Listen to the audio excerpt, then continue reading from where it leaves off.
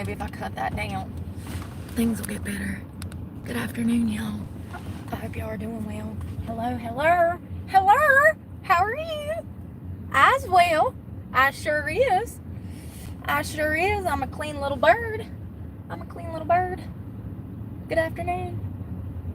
We're at Whataburger. We're going to do this review. I've had it once. It didn't knock my socks off. I don't really see what the hype is all about. So we're going to try it again. I was just looking at their menu. It looks like they have a variety of burgers.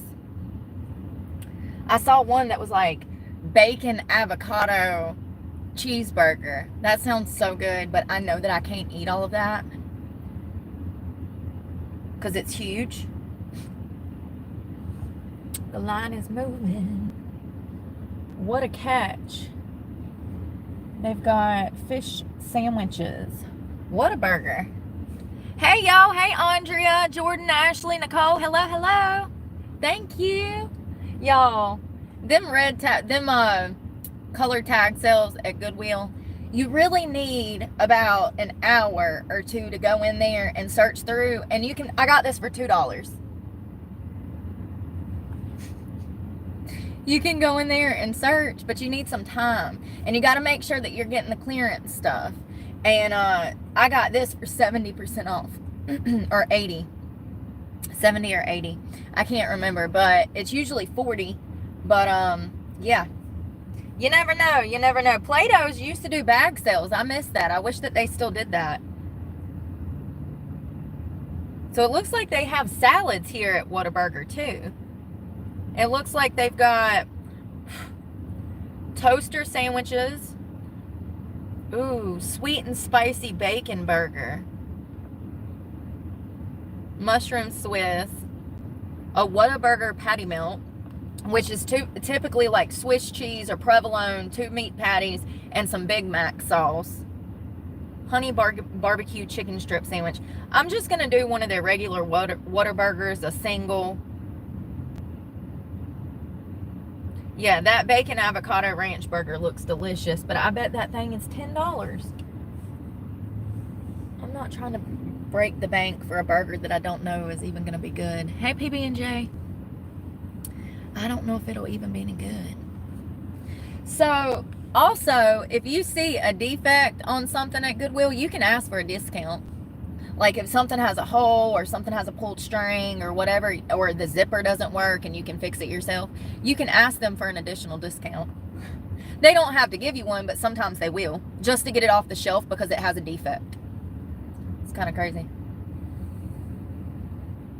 What's an additional 40 or 50%? It almost makes the item free if you're already getting it for 40 or 50% off. You know what I mean? You're going to cut the cost by 80 to 100%. You'll never get 100%, but if you can get something for $2 or $3, why not? It's a much better option than buying something new. Yeah, I found another one this morning that's much better. I found all the dresses, because we went into that one on Kernan Boulevard and they didn't have nothing. Has anybody ever had Whataburger before? We don't really have them, I don't think, in North Carolina. I think it's a southern thing, like Florida thing, Whataburger. Y'all, I went to the gym. It was bumping. It was bumping.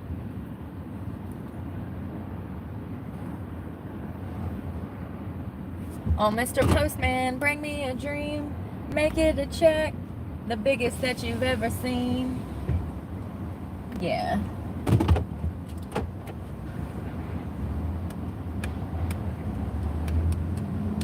Oh, they got breakfast. I didn't know that. They have an apple cranberry chicken salad, Cobb salad with chicken. Looks like they have several dressings.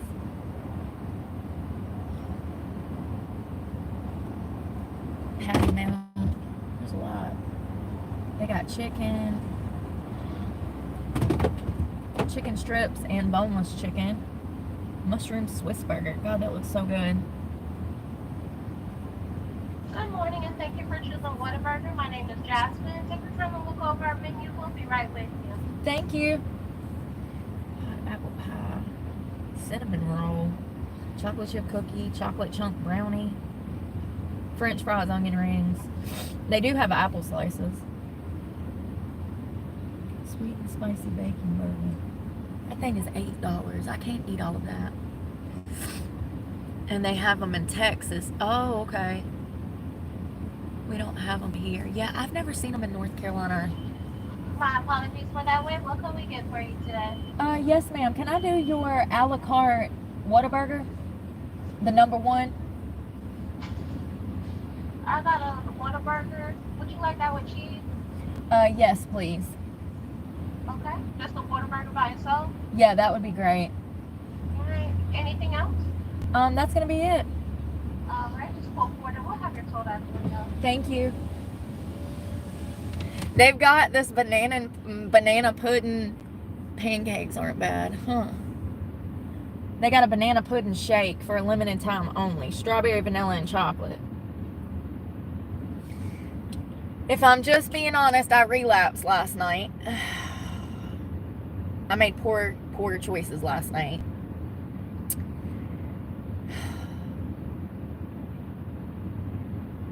That damn chantilly cake from Walmart. That shit is good. So they have it in their dessert section. I went in to use the bathroom. I had one mission: to pee. Not to get a slice of cake, not to even look at the desserts. But somehow, I ended up over there, and they had a slice of that. I think it's pronounced chantilly. Listen, you would think, looking at it, that it wouldn't be that bad for you because half of it is whipped cream. The icing that is on the cake is actually just whipped cream.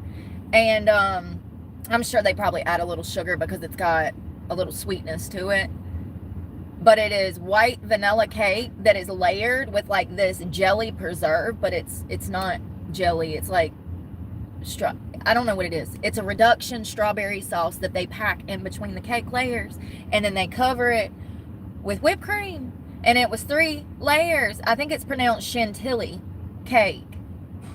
Stay away from that. I understand why it's $5 a slice now. It was delicious.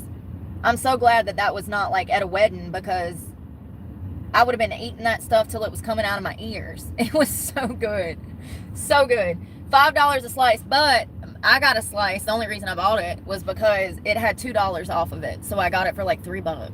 So that's why I grabbed it, because I've been wanting to try it. It looks like a wedding cake.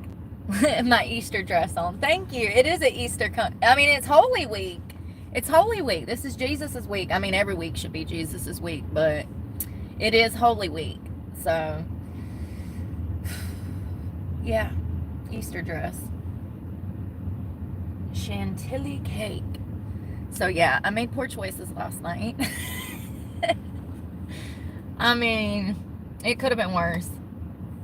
But as soon as I ate it all, I felt guilty as hell. I was like, damn. Like, here we go again. My freaking PMDD making me eat all this bad shit. Like, for real. That's the only time I want it, is when I'm ovulating and right before I'm menstruating. I'm like, I want chocolate. I want cake.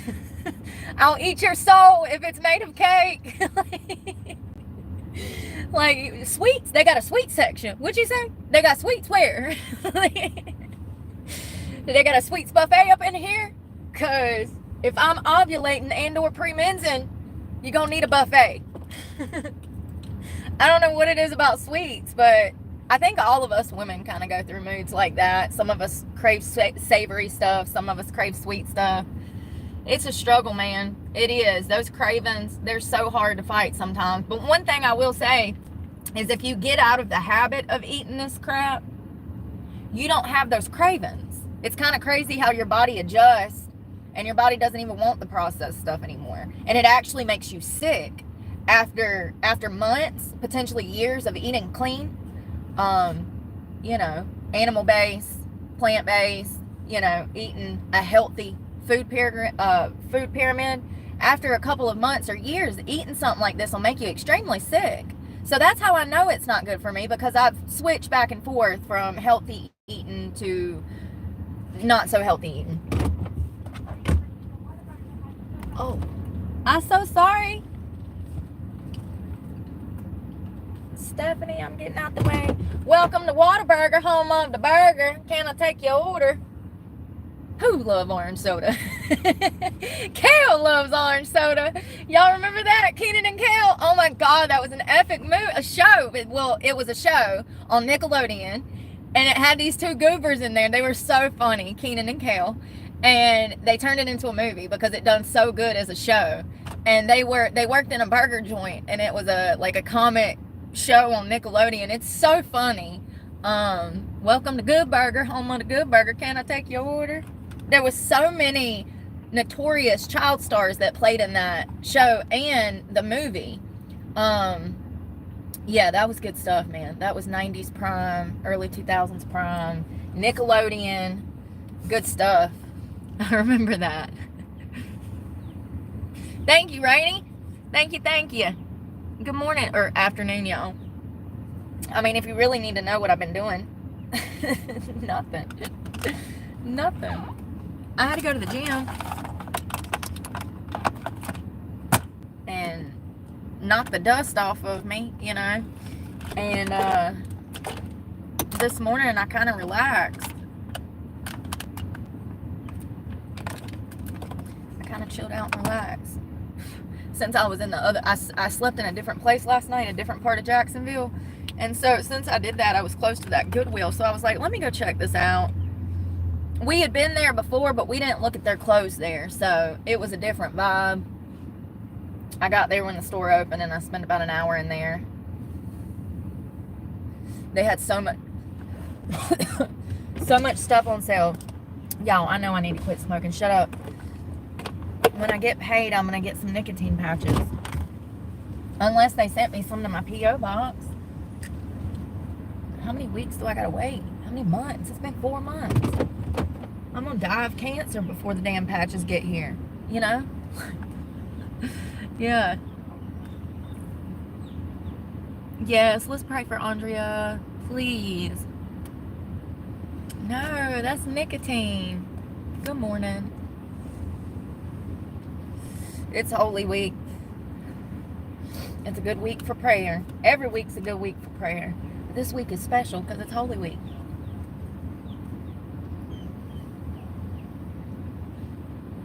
They got church tonight.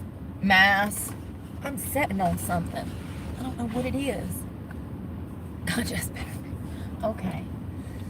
Andrea, I hope your day gets better. I hope you get to feeling better. I'm wishing you all of the success and blessings in the world. Y'all, I got on Crocs. It's like I'm cute from here up. Then you see the bottom half, and you're like, what the hell, is she a maid? Is that Cinderella? Is that the modern day Cinderella in Crocs cleaning? Yes, why, yes it is. You're welcome, girl. I bet you're already settled from your trip and ready to go back. Ain't that crazy? It only takes about a month of being home before you're ready to go on another trip. Like, I'm ready to get out of here. It's like just when the new wears off on your vacation, you're ready to go home. And then you get home, and then your relaxation ends, and you're like, all right, I'm ready to go again.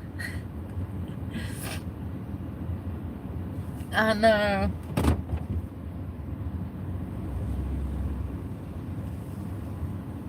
Oh. I like the new gym, y'all. They so nice in there. Where's my card? They are really nice in there. It's usually the same people working, but the manager's pretty cool. The employees that work there are cool. I need to get in there and hit them weights. Ugh. I'm lethargic. The only thing I want to be hitting is my pillow with this head, okay? How do you wake up tired? I'll tell you how. PMDD. Yeah, I woke up this morning at like 6 and I wanted to go back to bed immediately. But I stayed up. I see why my parents used to be tired as heck by 5 o'clock now. I'm tired as heck by 5 o'clock. I get it. I get it. I get it. I think that only gets worse with age. That's why old people sleep all day. They turn into babies again. It's like we're baby, then we're a teenager, then we're tweens, then we hit middle age, then we start slipping into retirement, then elderly, then we go back to an infant again. Something like that. Alright, we pulling up at Waterburger. What if I say, thanks for inviting me to Waterburger, home of the burger. Thanks for taking my order.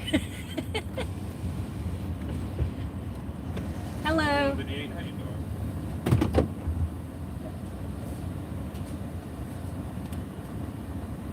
Thank you.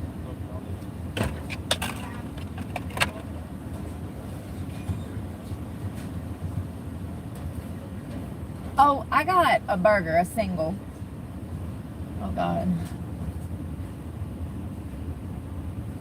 I got just a a la carte #1, just the burger. Oh, God.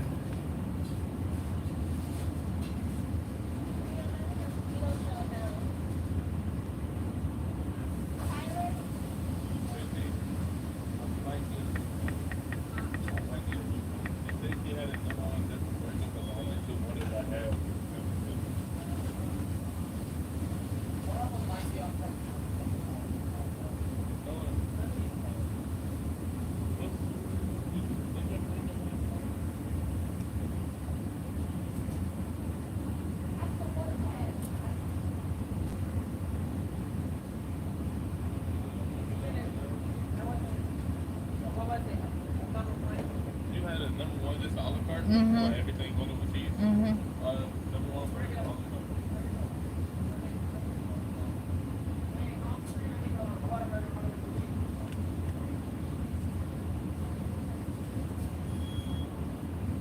Alright, give us one moment. No problem. Thank you.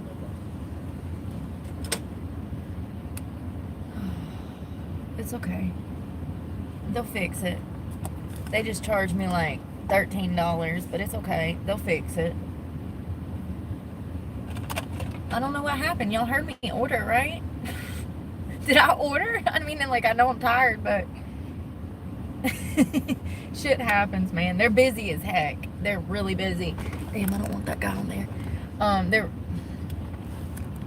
They're really busy. So it's lunchtime. There ain't nothing over here to eat unless you want to sit down at like one of the Mexican restaurants or something. So it's just, they're busy. And I get it. Good thing they didn't get me last week. See, that's why I didn't come through here last week. I already know what it is. I already know what it is. Oh, I was too angry to come through here last week. I would have lost my marbles. I just don't put myself in a bad situation when I know I'm PMSing and stuff.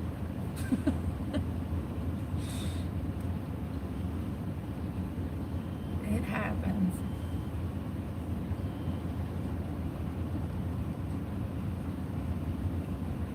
Y'all, it is beautiful. I swear I ordered. I'm so sorry about that.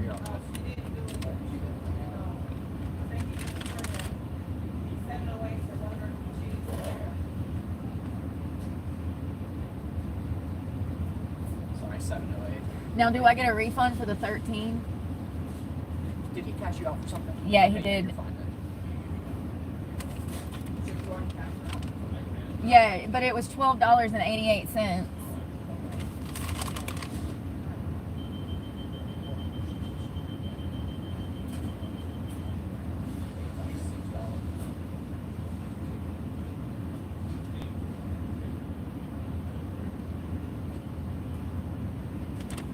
Just 1 second. Sorry. Okay, so they rang me out for $13 of food. It was $12.88, and this is only like $5. So like I'm shorted like $12 and some change. And like, listen, if I was made of money, I wouldn't worry about it. But that's a whole nother meal for me, or a park pass for a shower, or a ferry fee. Like that's, you know, I don't know. Shit happens. I'm not mad at them. I feel really bad for them. I don't know what happened to the order, but shit happens and I can't. I feel horrible.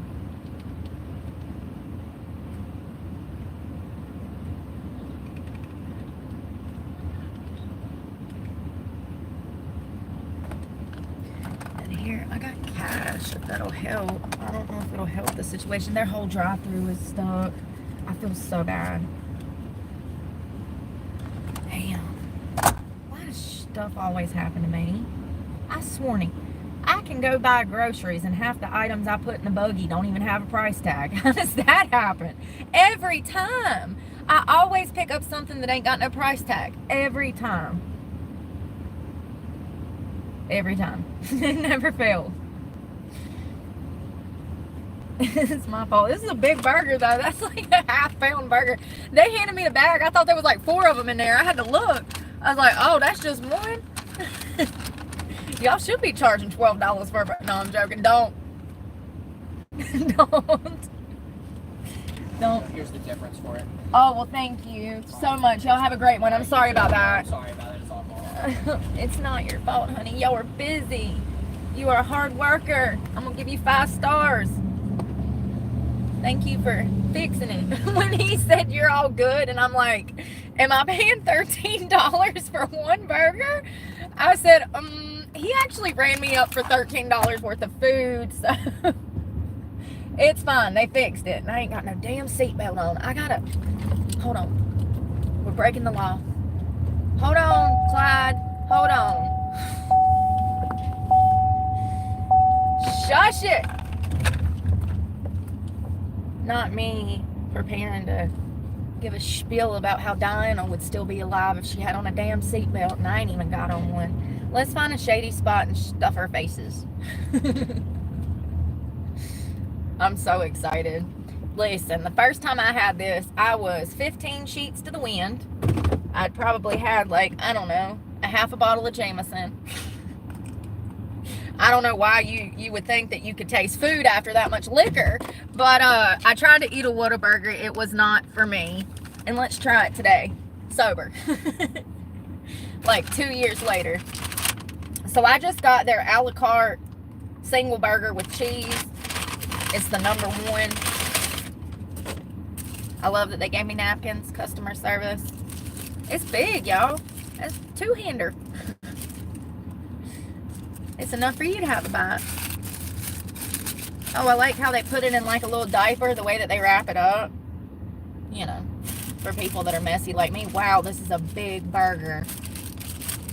Let's see what's on here. Oh, God, I'm losing a pickle. We have a casualty.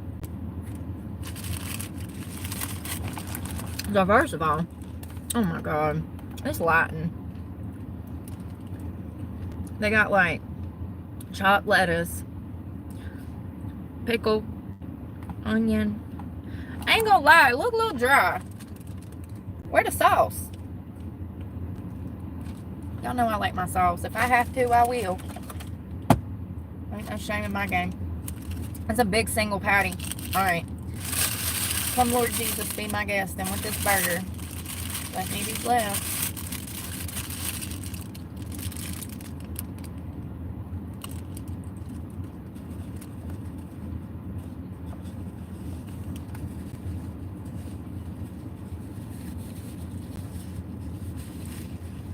I'm getting Burger King vibes.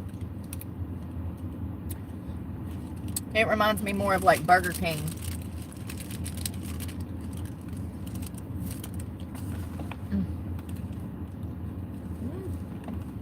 Shit.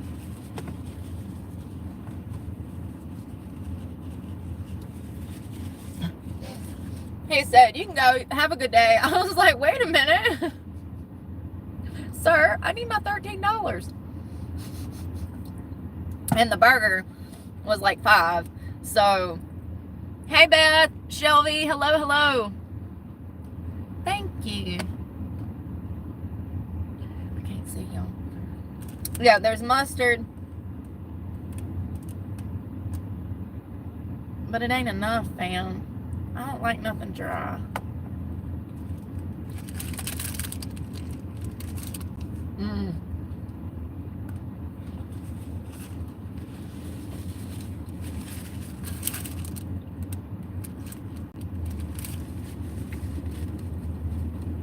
I want to try a Flying Dutchman so bad.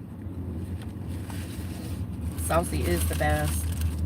So a Flying Dutchman is two beef patties with cheese, and then they slice an onion, like the whole onion, and they grill it like a bun, and they put it on the burger. And a whole piece of onion is like, a whole slice of onion is like your bun.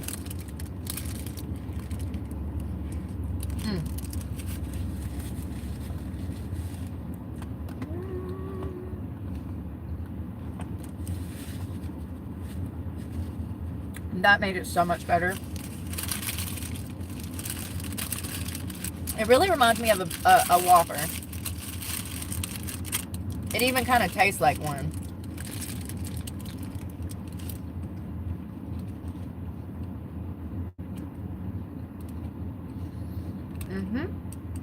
Left side. I'm in America. I'm an American. I am. We drive on the left side over here. Oh man. Come on, man. Give me moss. Moss. Damn. We gotta get some more.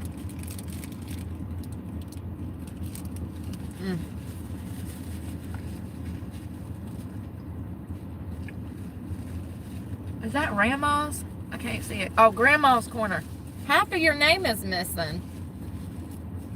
Thank you, Grandma's Corner. Oh, thank you, Hazel. Saucy is the best. Yeah, I'm driving on the left side.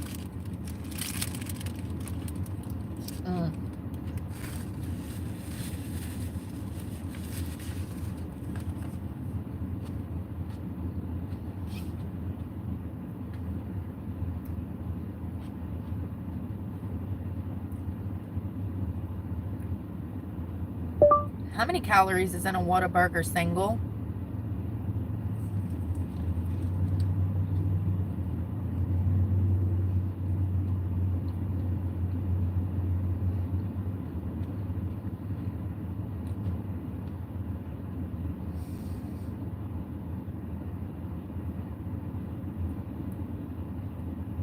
I would say that this is like a 1,000-calorie burger, but I might be wrong. It says 600. That's a big burger.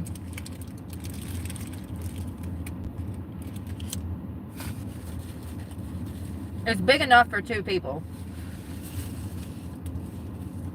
That sounds so good, Leslie. That's some stuff that I would do. This is my breakfast. I love cold pizza for breakfast too, or even better, warmed up with some sriracha. I like savory for breakfast.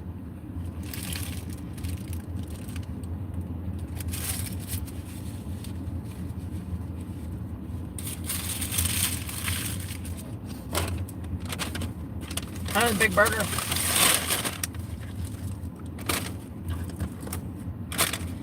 I had to go to the laundromat this morning. I've been getting it done.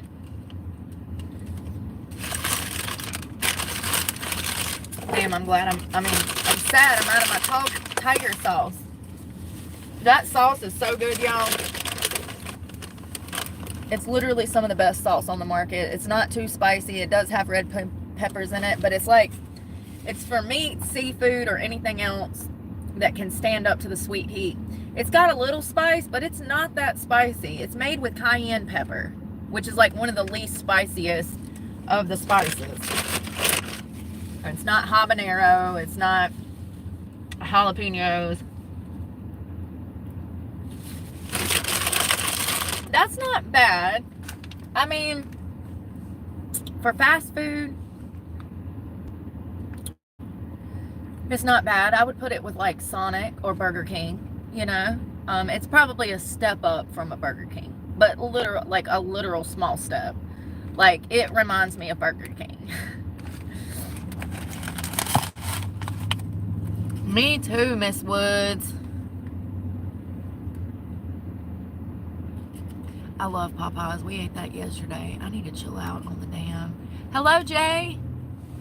Sending you success and blessings to the UK. Y'all need all the prayers you can get. I think the whole world does, honestly. We're all going through it. Every single continent.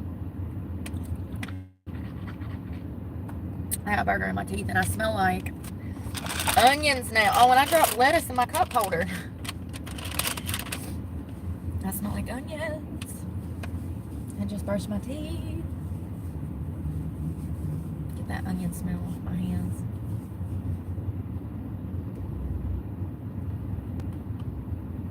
Oh, it's a beautiful day. I ain't even had no caffeine today. I need some. Dang, I wish they would have had coffee there. We could have grabbed some. I think they do for breakfast.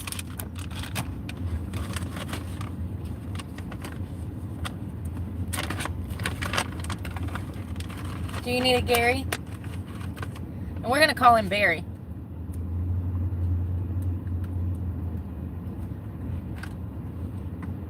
Because everything in this house has a B name. This is Betty. I'm Brooke. This is Barry. The giraffe. He's a giraffe toothpick. I'm such a child. It was so cute, I couldn't help it. And they're berry flavored too. Okay. I got cheeseburger in my teeth.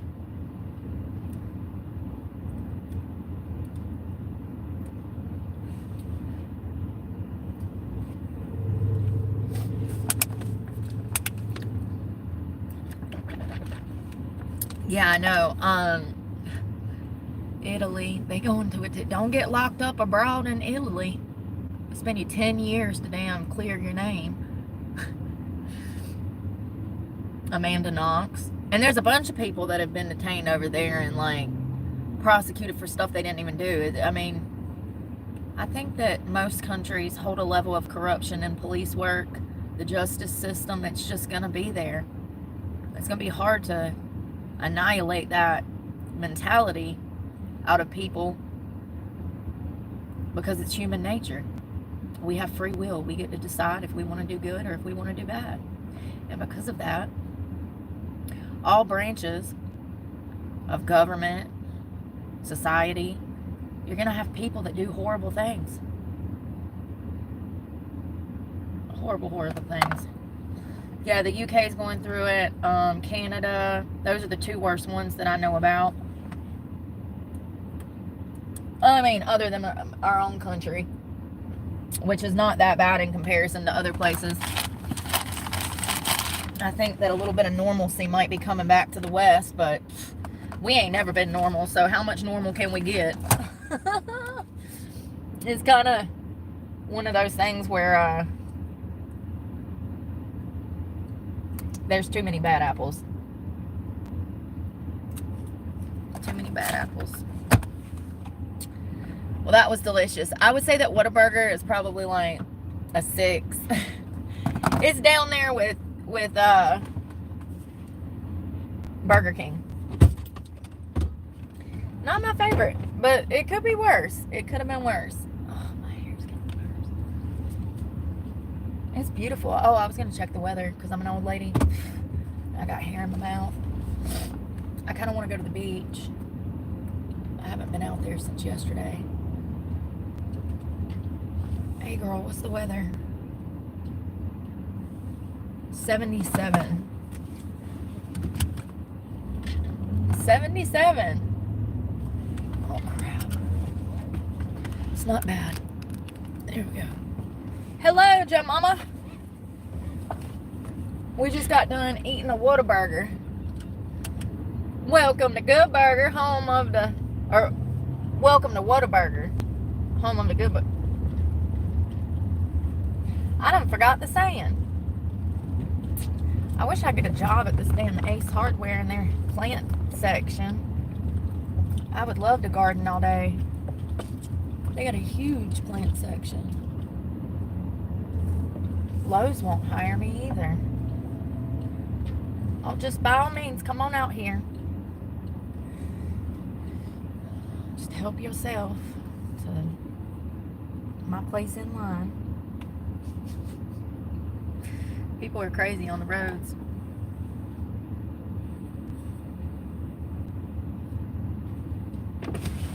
You know, I'm still thinking about that dad if he ever got his car back. Me too. I love plants too. I like plants better than people. Plants are better than people. Yeah, I wonder if he ever got his car back.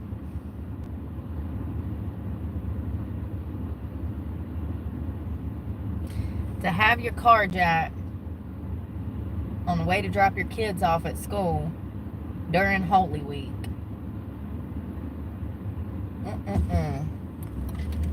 Crazy. I feel bad for it. His poor daughters look so devastated. It's like, you know, kids understand things. They really do. They know stuff. Are you coming out? I don't know if you're coming out. Oh my God, lady, I'm so sorry. Oh, what did I run over? God. I don't have a flat. Come on, Frito-Lay. Yeah, his kids looked like they knew that it was not good. You know, people's resources like that are their livelihood. You don't have a car, you lose your car, somebody steal your car, that could just set off a whole chain reaction of bombs in your life. The domino effect can start taking place. And the poorer you are, the quicker those dominoes fall. I can't get them off my mind. Sorry. It bothers me. I wish I would have got there 5 minutes before. I mean, I wouldn't have knew his car was getting jacked, but at least I would have saw who done it and I could have told it. And you know I'm observant as hell. I pay attention to everything going on around me. I would have been like, yeah, he's 6'1", bushy beard, big old blue eyes. I've been like, yeah, he had a freckle on his left nipple. He was shirtless? Yes, he was shirtless. He had a little peach fuzz around his belly button. I would have told it all. They had cameras, hopefully. I mean, I still don't know because I went into the store to ask the guy, and the guy that worked in the gas station was so rude about that father. He's like, it's his own fault. He left the keys in it. He's an effing idiot. Okay. Valid. But do you have to be so harsh? I don't know, man. Call me crazy. I just have a little bit more empathy for people. Yeah, he made a poor decision. We all make poor decisions. It doesn't negate the fact that the world is so bad you can't trust nobody no more. That's the bigger problem. That's the problem I see. You can't leave your house unlocked, your car unlocked, your locker unlocked. You can't even trust the financial institutions in this country to protect your own money. Sad. It's sad. That's the problem I see. He probably does that every day on the way to take his kids to school. Leaves the doors unlocked, runs in with the youngins, lets them pick out snacks. Little girls had snacks and drinks in their hands when they come out of the gas station and saw the car gone.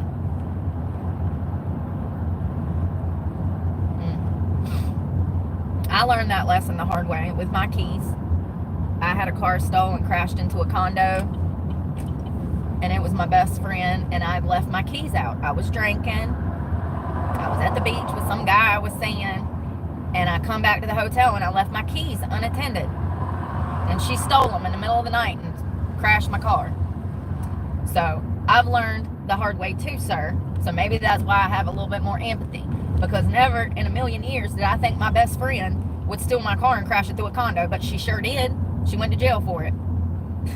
She sure did. They had her fingerprints. They had witnesses from the scene of the crime. And then when she crashed the car, there was a drunk guy in the back seat. Well, he just so happened to be military. And they don't play that mess. So when he was called in for police questioning, he spilled the beans. Thank God. It was my boyfriend at the time's friend. So, you know, everybody learns sometimes the hard way, sometimes the slow way, sometimes the quick way. Everybody processes and learns differently. And I'm quite sure that if he gets his car back and or another car, he will never do that again. But to berate him and say some foul stuff about somebody who made a poor decision in a split second, under pressure, mind you, he's trying to get these kids to school. He probably got to be at work too. That should be stressful first thing in the morning, okay? Let me tell you, I'm not a morning person. Kudos to all the parents that can keep the peace first thing in the fucking AM, because that's hard, okay? You're tired, the kids don't want to get up, you're negotiating with these little terrorists, you're on a time limit, you got to get them fed, you got to get them clothed, get them in a car, get them to school. It's a process. It's a lot for a parent first thing in the morning. I don't think that people really conceptualize these things until they go through these things. And that man that works at the store that said that foul stuff about that father, clearly he ain't got no children. Clearly. He's an old miserable B word, okay? He's an old miserable B word. Yeah. Crazy world.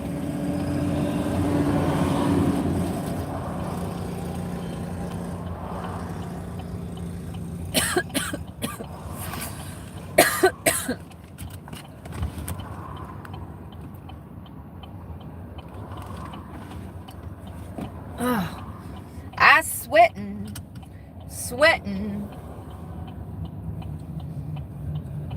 Come on, y'all.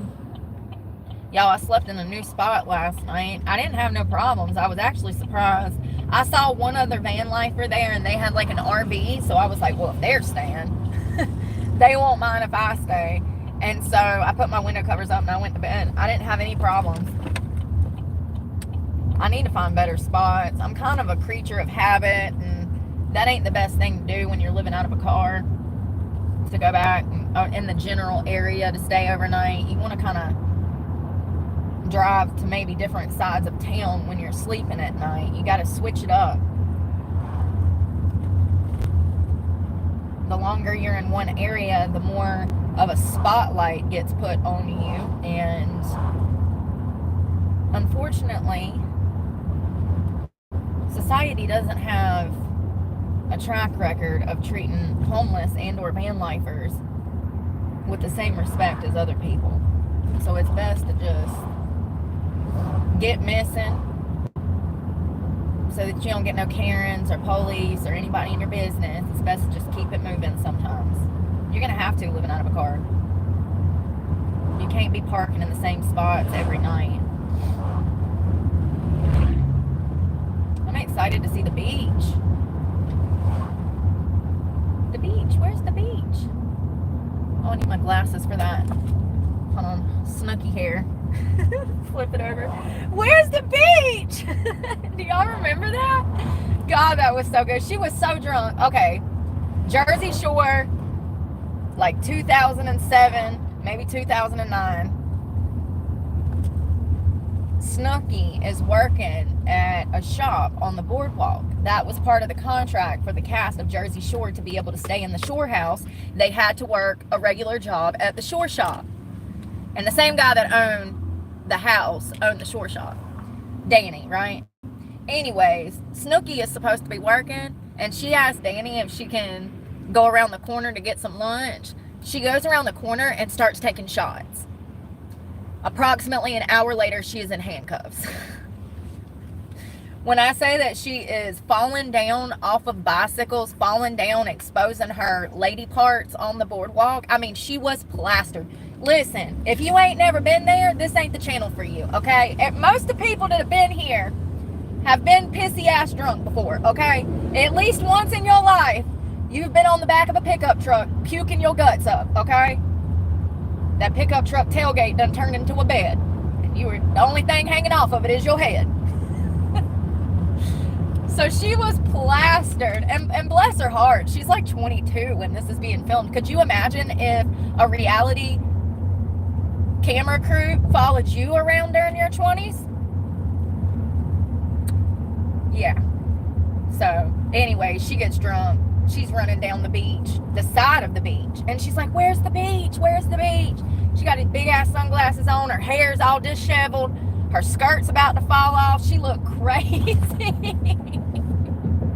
One of the most epic pop culture reality TV moments ever. The cops show up. They charge her, I think, with drunk and disorderly.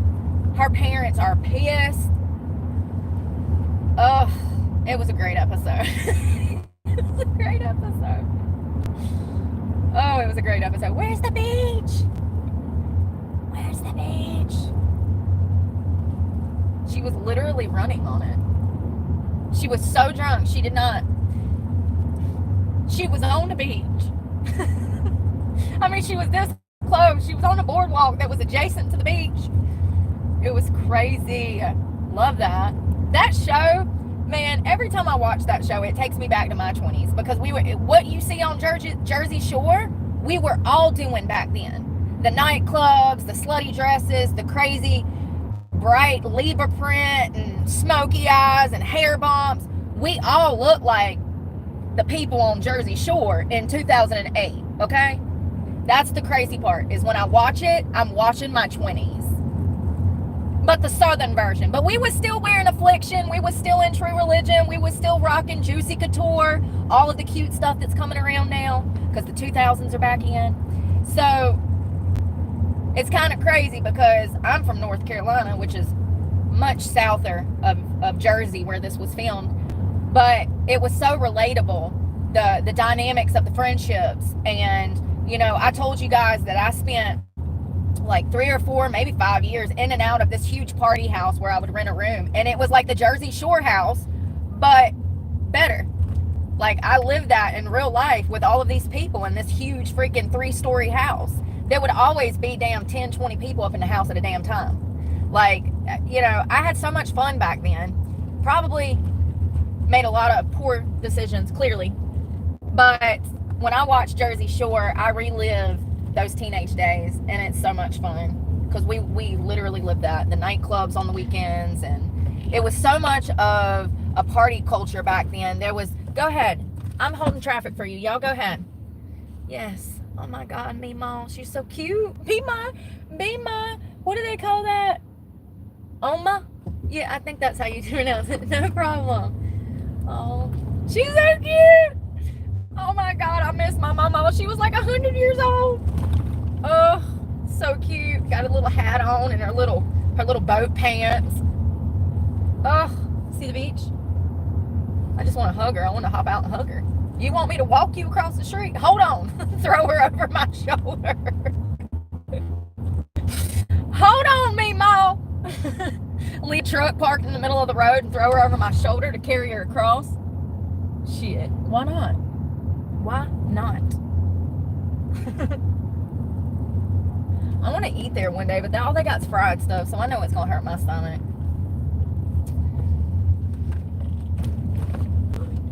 Yeah, I miss the early 2000s look. I wish that I could go back to black hair. It's just, it makes me look so pale. But I do miss my black hair. We all had black hair. Or blue. Black, blue. That was another favorite. Oh, they packed today. God, there was nobody here on Monday or Tuesday. Jeez Louise, there ain't even a parking spot. God, all I can smell is that burger. I need to get it out of here for it permeates in my car, whatever it's called. Shit. So I guess we just gonna make our own parking. Alright. I'm sweating, Louise.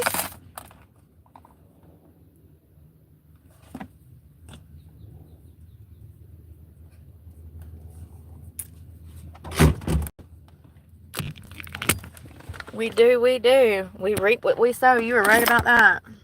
Let's go out here and see what the beach do.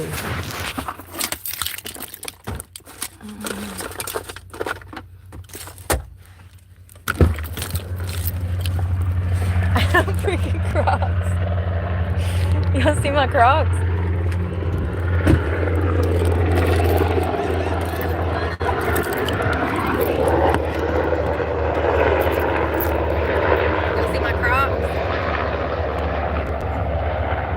cute little dress, ain't it? I love it. Ain't even gotta wear no bra. That's even better, man. A one and done. Gotta love that. Carolina blue is my favorite color. Well, black is my favorite color, but blue is my favorite color to wear.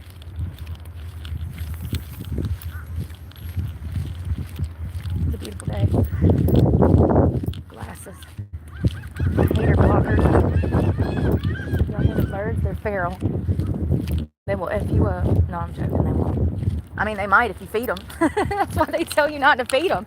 Because if you feed them, you're putting your life in danger. They're crazy.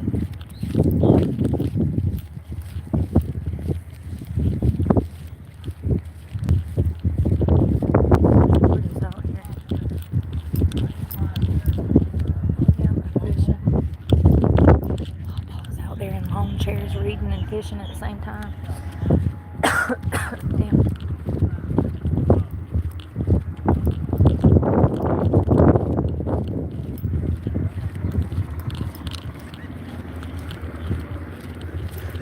I want to take the ferry one day.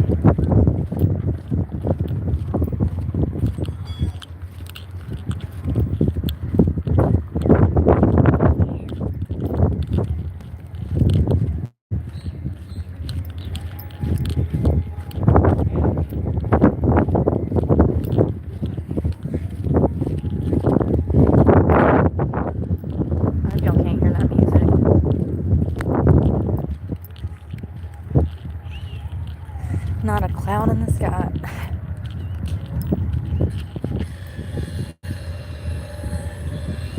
That's gorgeous. It might get a little warmer.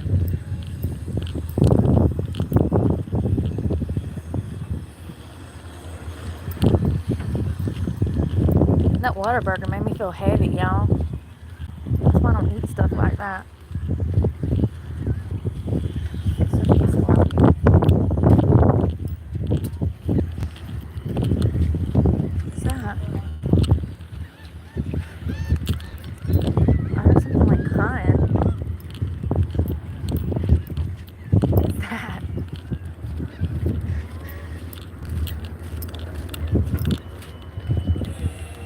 That noise. Y'all hear that? It's like meow, meow, like it's whimpering. Just trying to make sure there's nothing under here. I don't see nothing. Oh shit! I need to fell in. I caught myself. I'm just trying to make sure there's no cat or something. It sounded like meow, meow.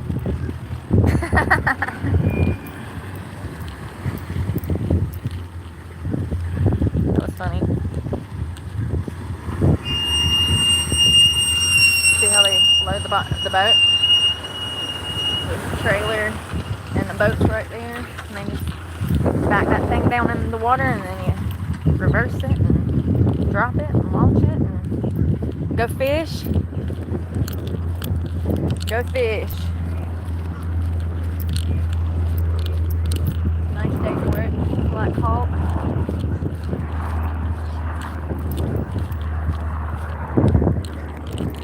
Y'all right up on me?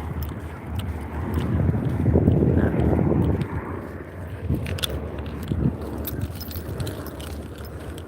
Damn, if I would have. Dock closed for repair. They got a little beach area over here too. I like to come over here and chill.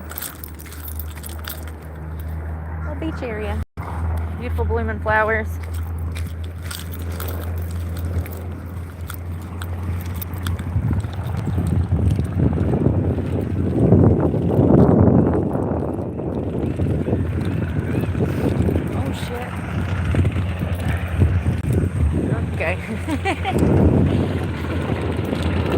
He's whipping a U-turn. He's freaking looking for parking. He probably wants to get on his damn boat and can't find a parking spot.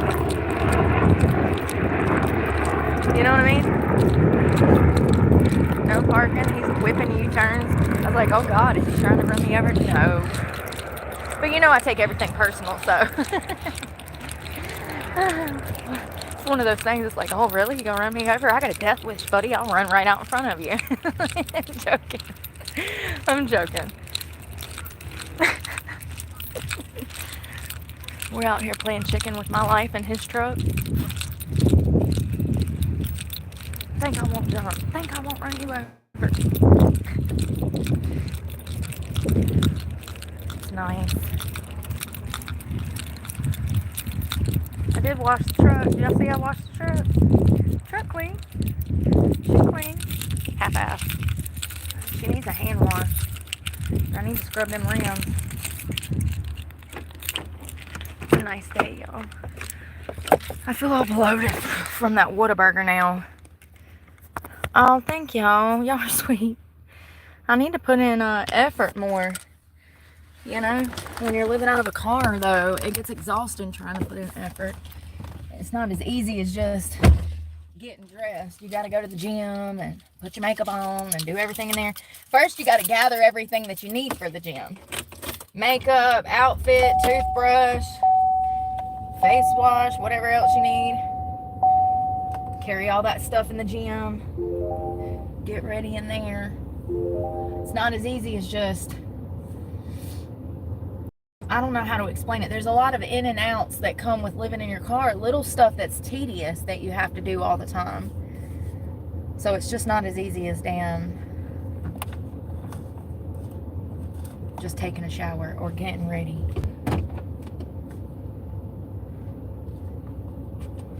Okay, I'm coming out, everybody. Watch out.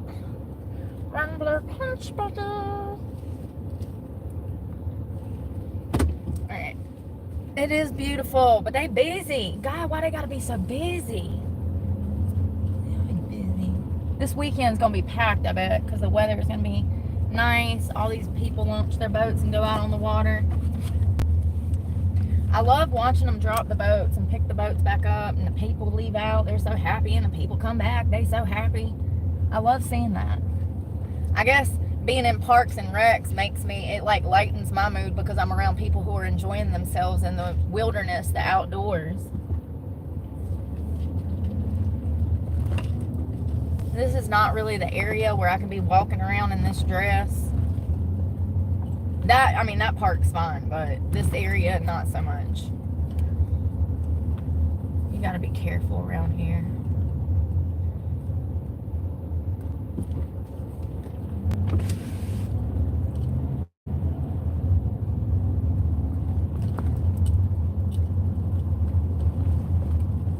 I kinda need to go to Walmart. I don't want to, but I need to. I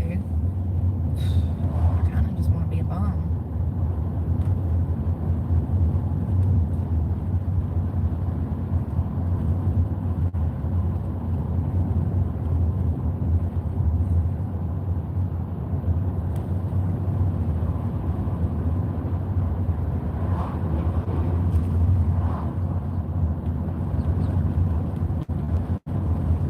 Wildlife is just so abundant here. Everywhere you look, there's living things. I love that.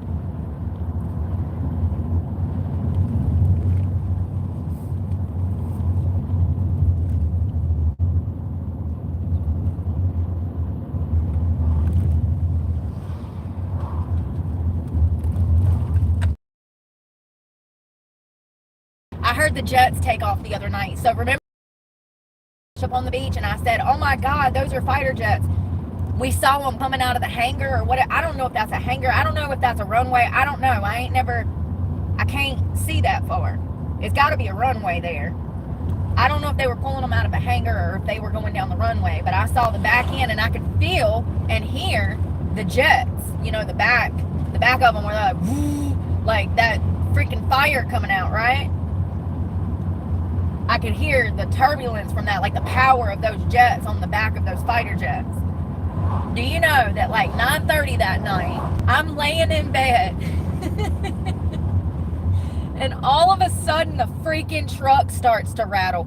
They are literally going over my head. They are literally taking off right over top of me. I mean, I thought that I could hear it and see it the other, like that afternoon. But when they actually blasted off that night, whoa. I wonder what it feels like inside of it. God, I bet that shit lays you back. like that shit could damn, I don't know, man. That shit's wild. It's so wild. Those fighter jets. I mean, just the power. You could hear it and feel it. And they were taking off. They must have been getting prepared that afternoon for a night flight. I didn't even know they could fly at night like that. I mean, I assumed. But, look at this. I'm about to sneeze.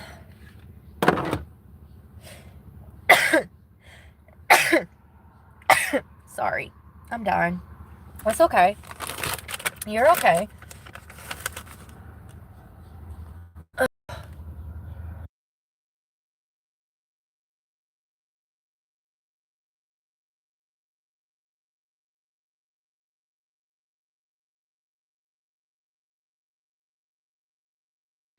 I had to sneeze.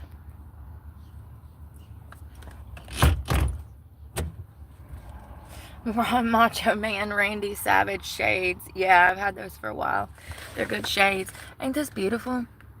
With the palm trees and like the greenage. There's like trees out here. Y'all, I really need to go to Walmart. Thank you. I really need to go to Walmart.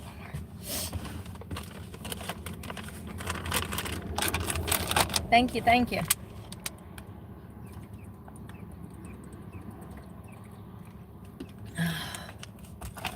God. That sucks.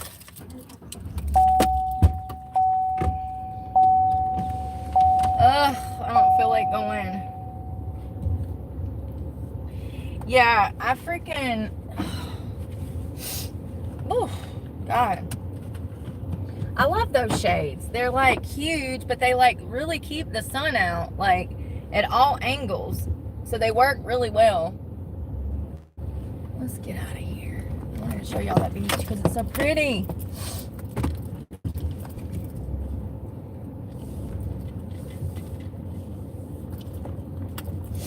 God, these allergies.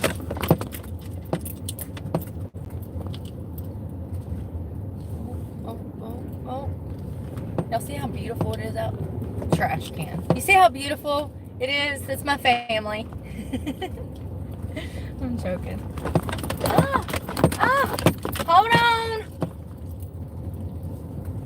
Hold on. God, this touchy ass ground. Oh wow, there's another one right in front of me. Oh, watch this. Hold on. Oh shit, there's a car behind me. Y'all, there's gonna be a helicopter landing right here. God. And I got a car behind me. Damn it. Tell me if you see the Black Hawk. He's right there. You see it? Damn it. It's huge. Huge ass planes. That shit's wild.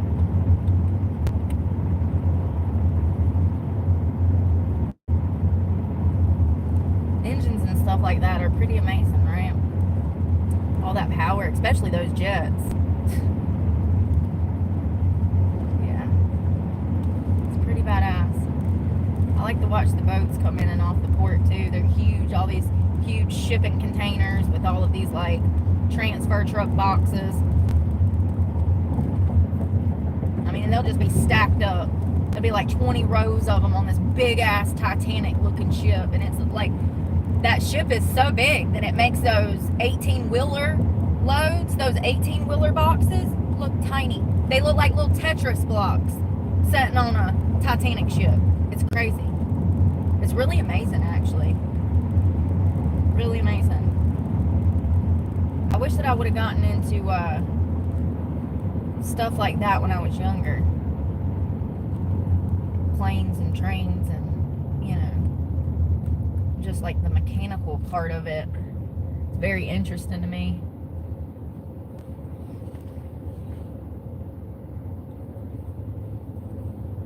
Very interesting. I think I need some caffeine. Oh God, 10-year-old kidnapped by a guy that she met on Roblox.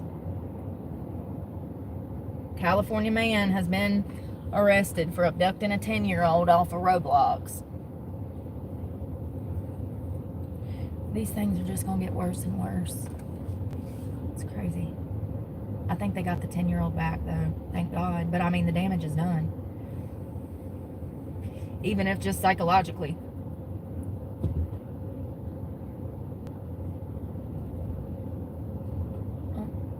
Okay. I feel like Serena Williams in this dress. Don't it look like a tennis dress? That's why I liked it. I first put it on and I didn't like how it fit. And then I put it on again and I was like, I feel like I could play tennis in it. It's stretchy, it's comfortable, I can breathe, I don't need a bra. It's a win-win. If they would have just sewn some damn pockets in it, I probably would have cried. Wipe my tears with my new pockets. Y'all know the like, you couldn't put no pockets in here? Y'all didn't have no film, sir, you were in the middle of the road. Y'all, I think I need an allergy pill.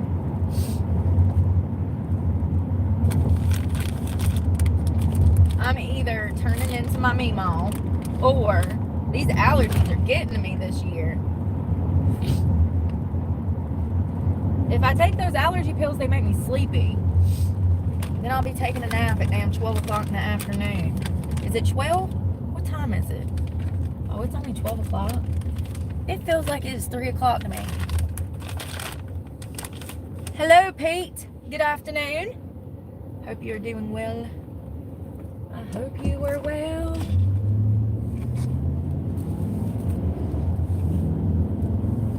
Oh, that wind. Ow. I hope you're well. I'm well. We're headed to Walmart. I don't know what we're gonna get. I need to come up with some fresh vegetable recipes.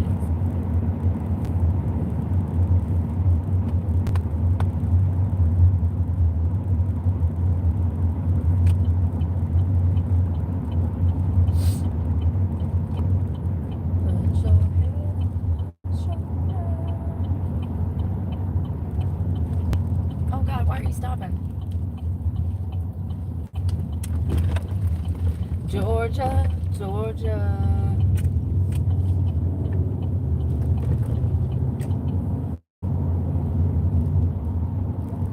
Y'all saw that that kid, his mama bought that $1 million house and $150,000 Cadillac and took him on shopping sprees.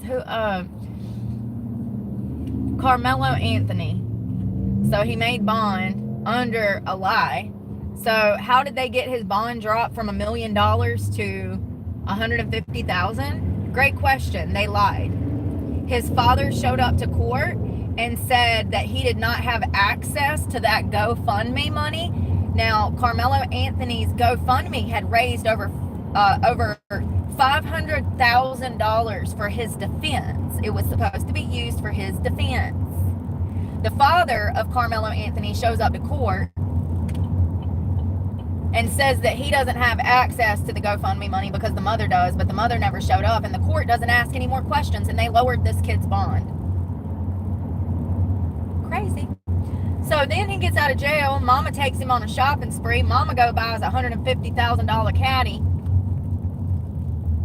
And then they also are either purchasing or renting a $900,000 house. And now people are pissed. Well, what'd you think was going to happen? You thought a cold-blooded killer was actually going to spend that money wisely? It's like people are so shocked when they finally figure out that somebody has no morals and values. What gave that away?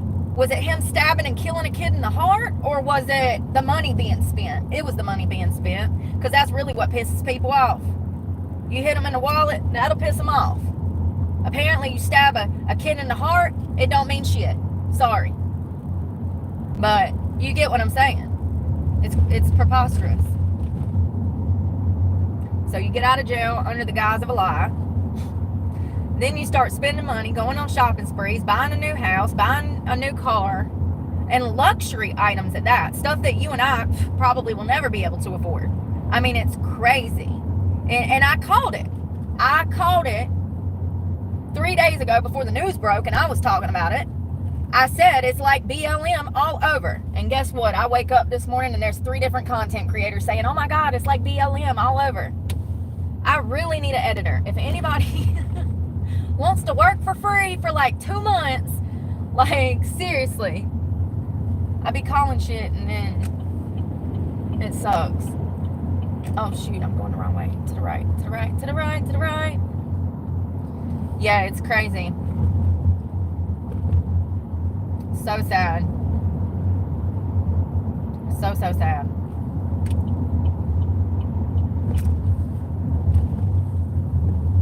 Let me tell you something. If the roles was reversed,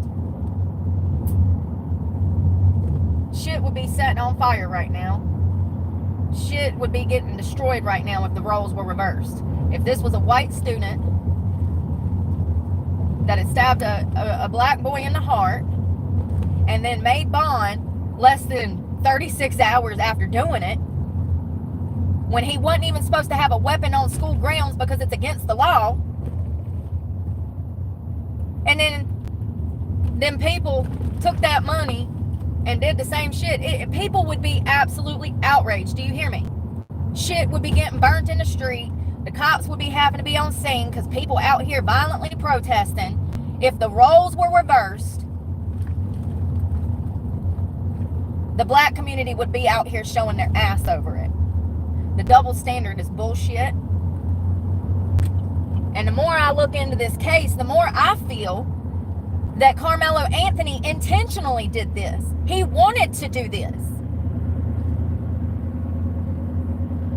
It feels more like a setup the more I learn about this boy's history and his criminal history. That's right. He had been in trouble legally before for fighting. Go freaking figure. He was a school bully. Matter of fact, known school bully. From teachers to students, everyone had the same report about Carmelo Anthony's attitude. He's known as a bully. In my professional opinion, he went there that day to stab somebody in the heart. Now, he did not know Austin Metcalf. They have never met each other. They did not know each other. They went to 2 different high schools. There's a lot of misinformation out here, and I'm telling you, you're getting it right from Carmelo Anthony's attorney. That's who I took my advice from. Carmelo Anthony's defense attorney, he has a statement. It's about 10 minutes long. You can go watch it here on YouTube. So everything I'm telling you is coming from his defense attorney. It's already been said by his defense attorney. The disinformation that is out here is crazy. And people are so angry about their situation and who they are that they are willing to believe lies because it makes them feel comfortable. It correlates with their narrative. So they're willing to believe the bullshit just to have a reason to be angry. It's crazy. Right is right and wrong is wrong. Nobody should have died that day. Context is everything. Mitigating circumstances is everything. This was a high school track meet. High school track meet. I mean, it's just crazy to think that you would send your child to go play a sport and they never come home because one family is not doing their due diligence to raise their son properly. They are letting social media and rap and guns and all of these negative things in our culture here in the West, they're letting all of that raise their child. It's very clear, crystal clear. This is a parental problem. Has been. I blame the parents. I also blame Carmelo Anthony. But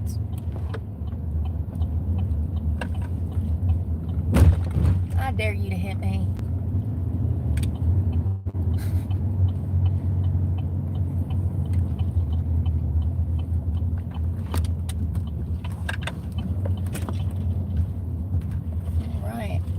Your chariot has arrived.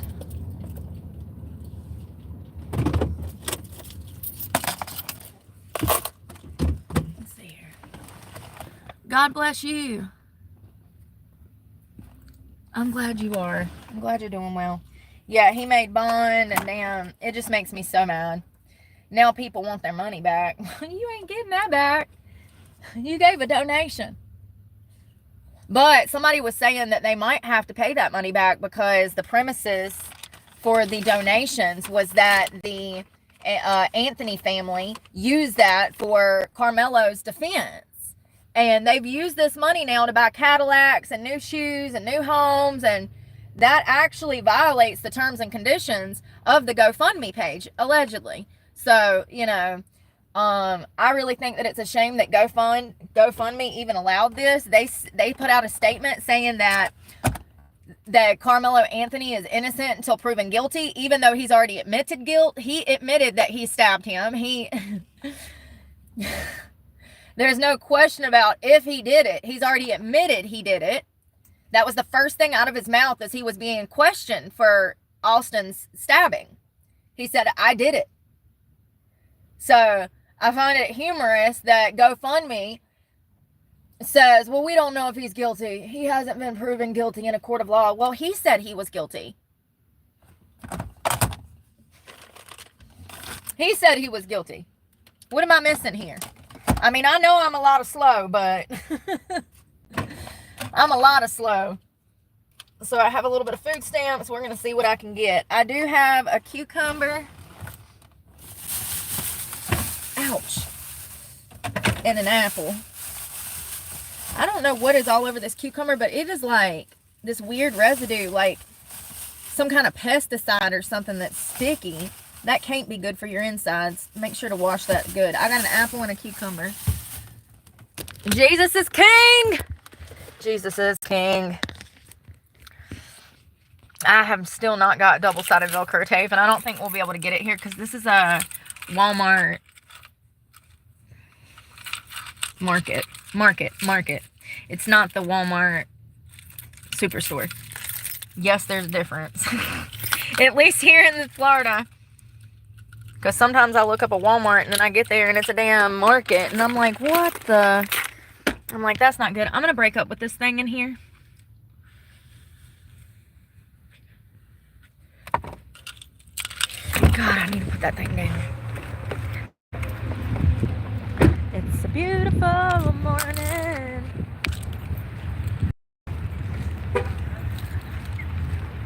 Y'all been outside today? Go check the mail. You'll feel better. Yeah, I'll walk with you to the mailbox. No problem. I got you. Oh, you want me to run out there for you? Okay. Sure thing. Here I am trying to get you out.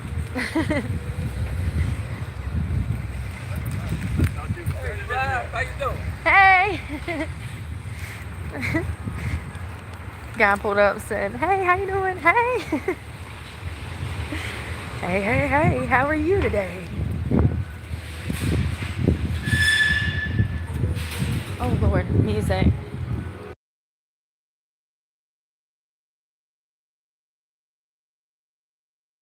Alright, I hope y'all can't hear that. Let's see here. Every time I come in here, these avocados look sick.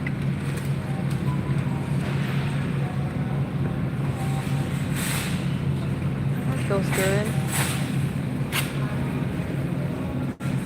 Oh Lord.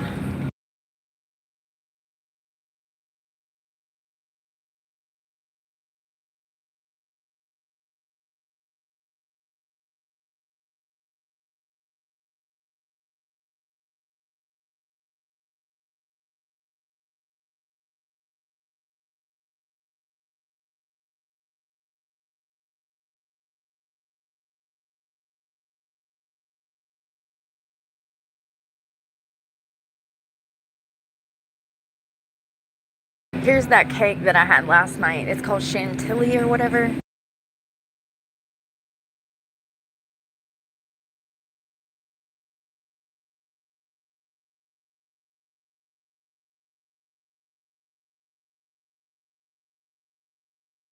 They also have a triple layer tiramisu that looks delicious. I'm getting an avocado yogurt. I'm not getting a lot because I'm going to be, because I don't want anything to go bad.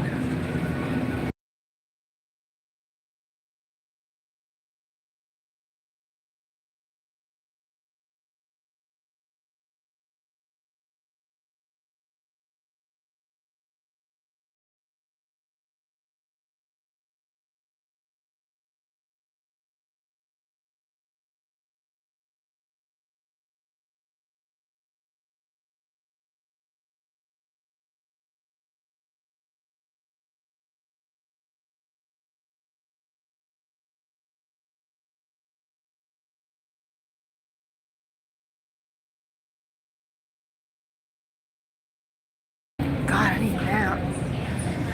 Lord, it's cold up in here. Damn it, Bobby. Grandma's Corner. Yeah, I know. They got Walmart music on, so bacon bits, reduced sodium. Y'all ever heard of a wilted lettuce salad? It looks delicious. You make it with bacon. And you can use any lettuce in it. Y'all, it's so cold. You can use any lettuce in it. And you fry your bacon up. What in the world?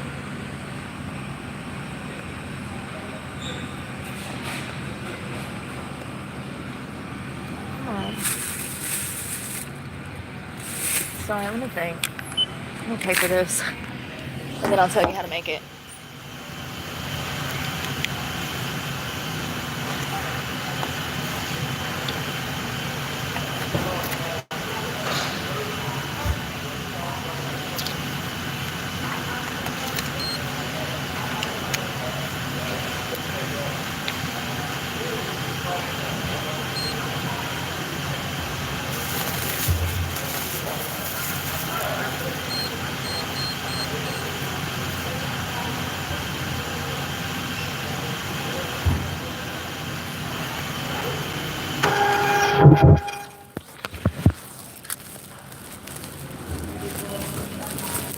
So you take your lettuce, you can use like a spring mix, you can use whatever you want. And even if you want to do like kale, it would probably be good because the lettuce gets wilted. So what you do is you fry up maybe like 4 pieces of bacon. You want to chop it up like you would in a salad. Maybe a little bit bigger than bacon bits, bite size, maybe like half bite size pieces or whatever. You fry your bacon up. You take the bacon out of the pan and the grease that is left over. You immediately dump it over top of the salad. Now, I've seen 2 different ways. You can dump the bacon grease over the salad, and what this is going to do is it's essentially like a vinaigrette and oil dressing, because I've seen some people take the bacon grease off the stove as it's still hot. You can add like a few caps of vinegar and a sprinkle of sugar, salt and pepper, and turn it into like a balsamic bacon glaze for the salad. It looks delicious. I'm gonna try it. I'm gonna do it with brown sugar, and I might even try it with these bacon bits. I'm probably gonna try it with kale since that is a thicker lettuce, but they say it's good with even spring mix. I just figured it'd be like soggy, but they say it's delicious.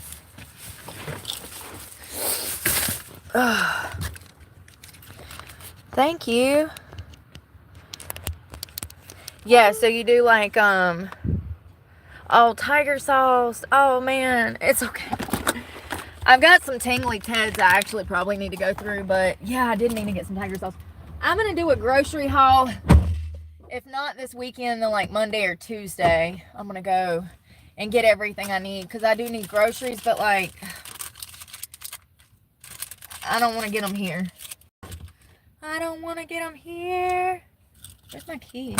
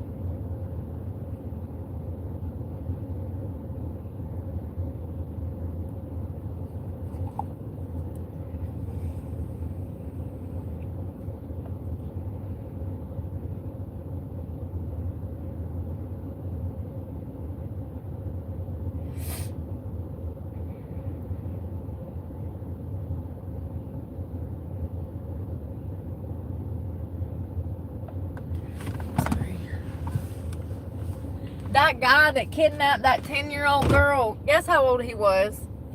27. Crazy. Absolutely crazy. They got her back, but the damage was done, like I said. It's so messed up. California. People are crazy.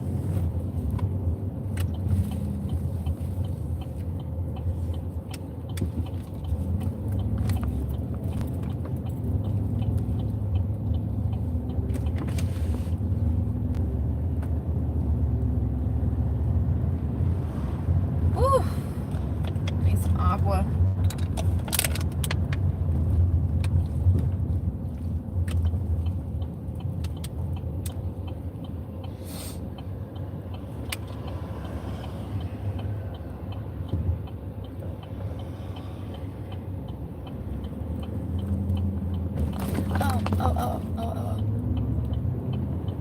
Who thinks that Diana was killed by the royal family? Does anybody feel that way?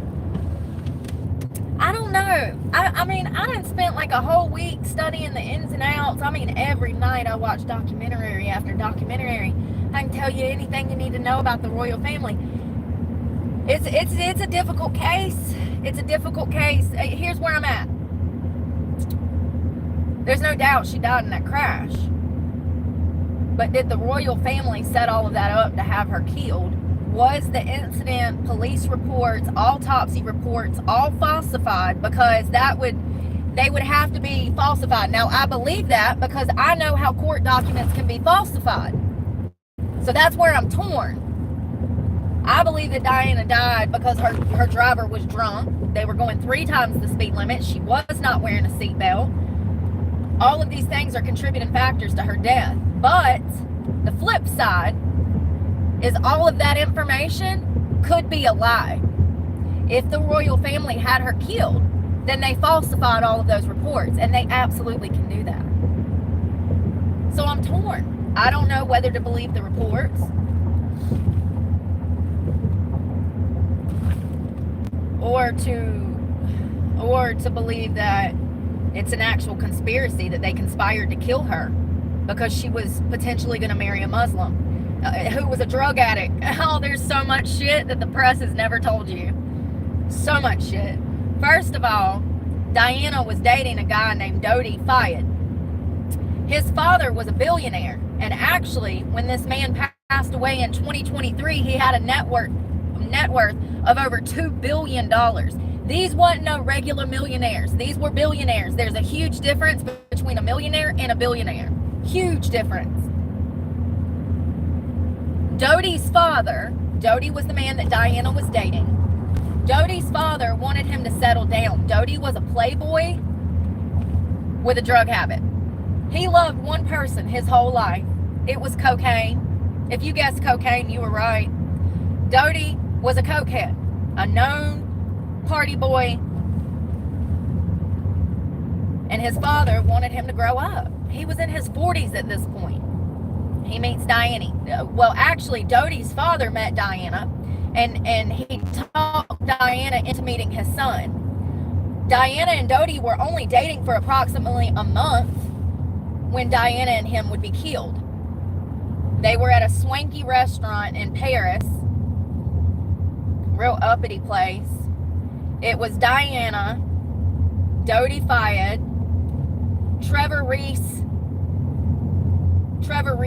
which was one of Dodi's friends, and then a driver named Henry, and they pronounce it funny. It's spelled Henry with an I. Henry, what was his damn name? Paul. Henry Paul. Now, Henry Paul would be the driver of the car. For some reason, Diana did not have her private security. She had a butler and a security guard that she knew for almost 20 years apiece that worked with her exclusively. Diana had a very close relationship with her butler and her private security. For some reason, this night, they were not there. And Diana would make very poor choices this night. I think that a woman of her stature her status gets comfortable with allowing others to chauffeur them around. This part is the part where we don't know if it's true or if it's all lies or what the story is, but apparently, allegedly, Henry Paul was having drinks at dinner. Not only was he having drinks, but Henry Paul was on 3 or 4 heavy medications, some of which were antidepressants, which are never to be mixed with alcohol. He was also, I'm about to get my computer out in a second. He was on like 3 or 4 different medications, most of which you were not supposed to mix with alcohol. There was paparazzi that night, so much paparazzi that these paparazzis actually had mopeds and motorcycles that they would get on and chase celebrities around the city of Paris, trying to get pictures. Diana constantly had to deal with paparazzi, okay? The media and the paparazzi were absolutely vicious to Diana her entire time in the spotlight, up until she died. They were vicious. They were freaking vultures. Some of her pictures, they could just get a picture and sell that picture for $1 million. I've heard there was 7 paparazzis arrested this night when Diana died. 7 of them were arrested. They were later released and never charged with anything. But I heard these paparazzis talk on camera about how the potential for money. Pictures of Diana could range anywhere from $250,000 to $1 million for a picture. So these guys are on mopeds. They got expensive cameras. They're out there with these bright ass lights trying to get pictures of Diana and Dodie and Henry and Trevor. Well, they knew that the paparazzi was out there. Hotel security, which is who Henry worked for, the driver, he actually worked for the hotel. He didn't work for Diana. He didn't, he knew Dodie, but he didn't per se work for Dodie. He worked more for the hotel. So they find out that paparazzi is out front, so they decide to go out the back. So Diana and Dodie are waiting for Henry Paul to pull up the car, and we have them on surveillance. You can see Diana and Dodie holding hands. And it was actually 8.5 minutes that they stood there holding hands before they would step foot in the car and die. So Diana gets in on the right passenger side. Dodie is on the back left passenger side. Henry is driving the car, and then Trevor Reese is in the front seat. Now, Trevor Reese would be the only survivor of this car accident because he was the only person wearing a seatbelt.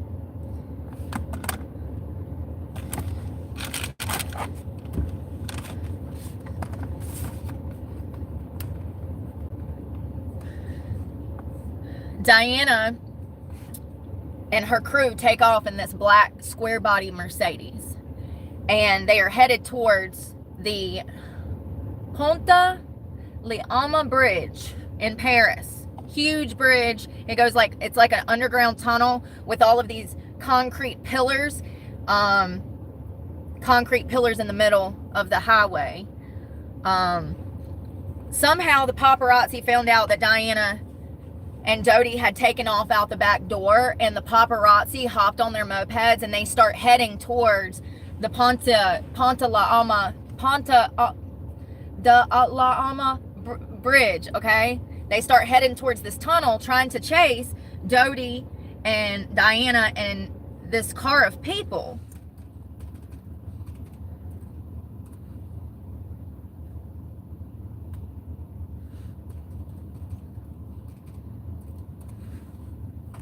What is going on?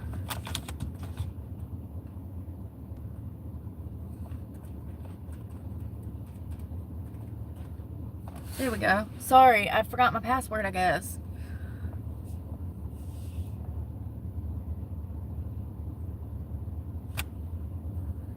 So Henry is driving the car. Now, Henry has been drinking, and Henry is also on medication that he is not supposed to mix with alcohol.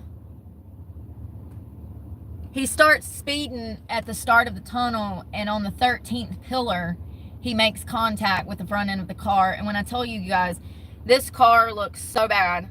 It hit that concrete pillar going 3 times the posted speed. I think the craziest part is to know that all of them people would have lived if they had on a seatbelt, because Trevor Reese lived and he had on a seatbelt. Diana would sustain injuries because of the lack of seatbelt.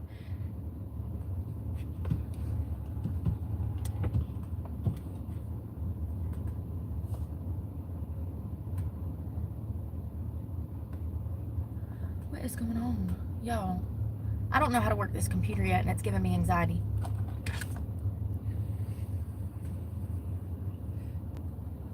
So this was August 31st of 1997. Diana was only 36 years old. And it was Trevor Reese Jones. They actually ate at the Ritz. Diana and Dodie had actually met at a polo match during the late 80s, and this was after she had met his father. So they're fleeing the paparazzi, and then it was in the Pont d'Alma tunnel when the crash occurred. Henry was driving. Henry was 3 times the legal limit. His blood alcohol level was 1.78, which is crazy. The legal limit is 0.08. His limit was 1.78. He was drunk. What's crazy about this is that on the surveillance footage, Henry doesn't seem drunk. He doesn't seem drunk at all. There is surveillance footage before they left the restaurant of Henry bending down, tying his shoes. He's not swaying on his feet. He's not shifting. He does not seem drunk at all. That is one of the contradicting factors as to, I don't know if the royal family did this or if this was just a freak accident. Because in the surveillance footage, it completely contradicts his toxicology report. That surveillance footage couldn't be faked. That toxicology report can be faked. So listen, it's a conspiracy. A lot of people think that the royal family killed Diana. All I'm saying is that there's potential for that. There's potential for that. So Henry was driving, and due to the lack of seatbelt, he was completely crushed into the steering wheel. When the front of the car hit the concrete pillar, it actually made contact right on the front corner, and the engine came through, and the steering wheel crushed. It crushed him. He died on impact. Trevor Reese would have been in the passenger seat. It would have been over here probably. And he lived. Now, he had injuries, but he did live. Dodie was killed on impact, and Diana. So when first responders get to the scene of the crime, paparazzi are standing around taking pictures. The paparazzi are actually the ones that called 911 and notified the police that Diana had been in a horrendous car accident. When the first responders get there, they realize that they're going to have to use the jaws of life to get Diana out of this car. It is so badly damaged that they cannot get the doors open. So they proceed to start cutting the roof off of the car on all 4 corners where it meets the body of the car. They finally get Diana out of the car, and the first thing that Diana says is, "My God, what has happened?" And those would be her final words. It took her over an hour to get her out of the car, and then for some reason, even though this was in the middle of Paris, where there is a hospital less than 10 minutes away, somehow, for some reason, it took over an hour to make a 10-minute drive to get her to the hospital. It wouldn't have mattered, given the police report.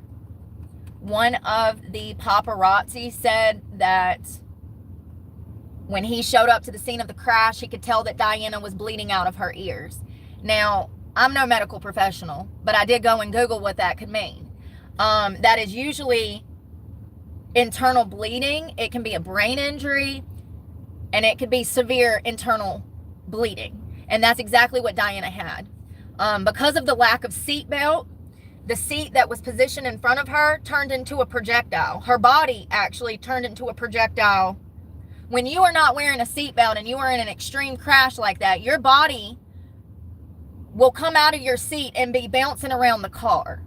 So Diana had severe chest and lung damage internally. The sac around her heart had actually been clipped.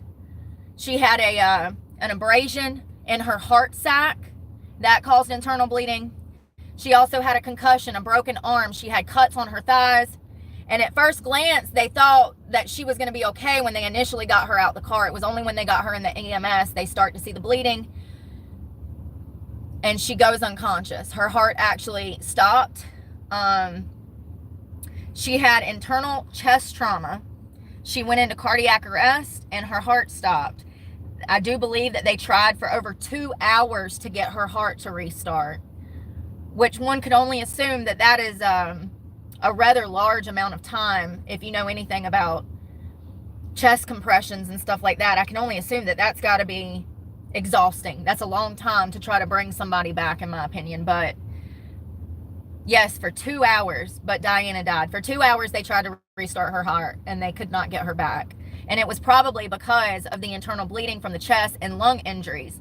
She had a tear in a vital vein in her lung and a tear in the sac surrounding her heart.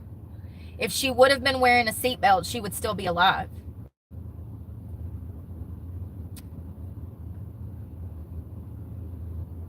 The chest injuries appear to be from the seats and or other passengers. Her body being, hitting that concrete pillar did extensive damage to her, and she had internal bleeding, and so that is what caused her death. She bled out. And I mean, I think the sketchiest part of this that makes me feel like it is a conspiracy is the fact that it took so many hours to get her to the hospital. This drive at this ER, from what I've read, it's approximately a 10-minute drive, and it took over an hour and 10 minutes to get her there once they got her out of the car. That is so weird. What were they doing? Just taking laps around Paris? That part doesn't make sense. The timeline is really sketchy.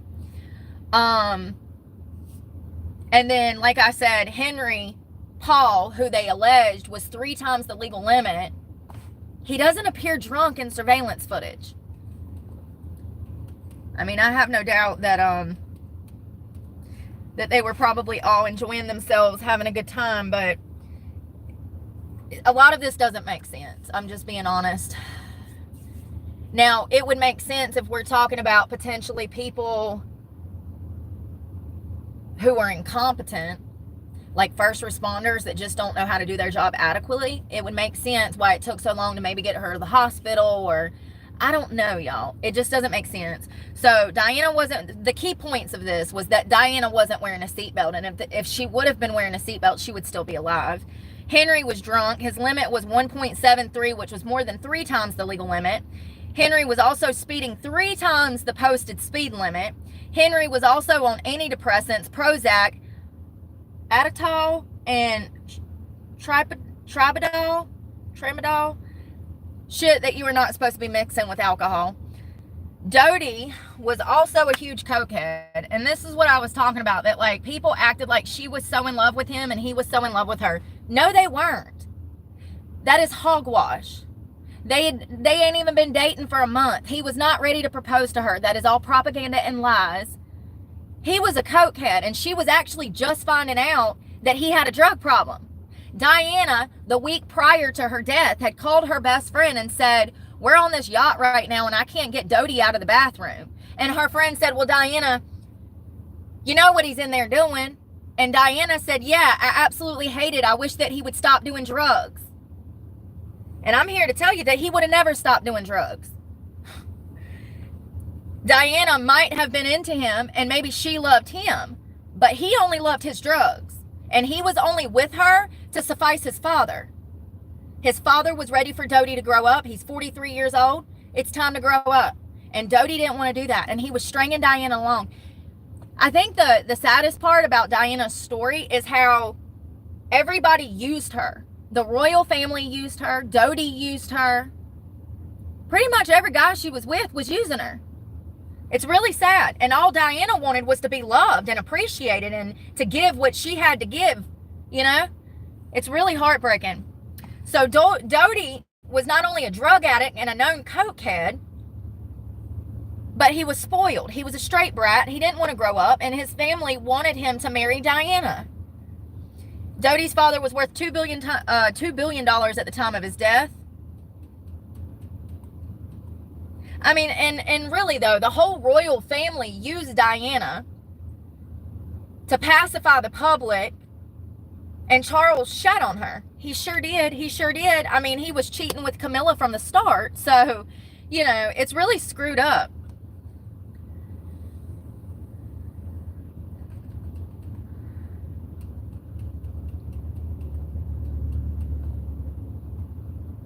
Yeah, it's a crazy case. I don't know if the Royals had her killed. As I said, if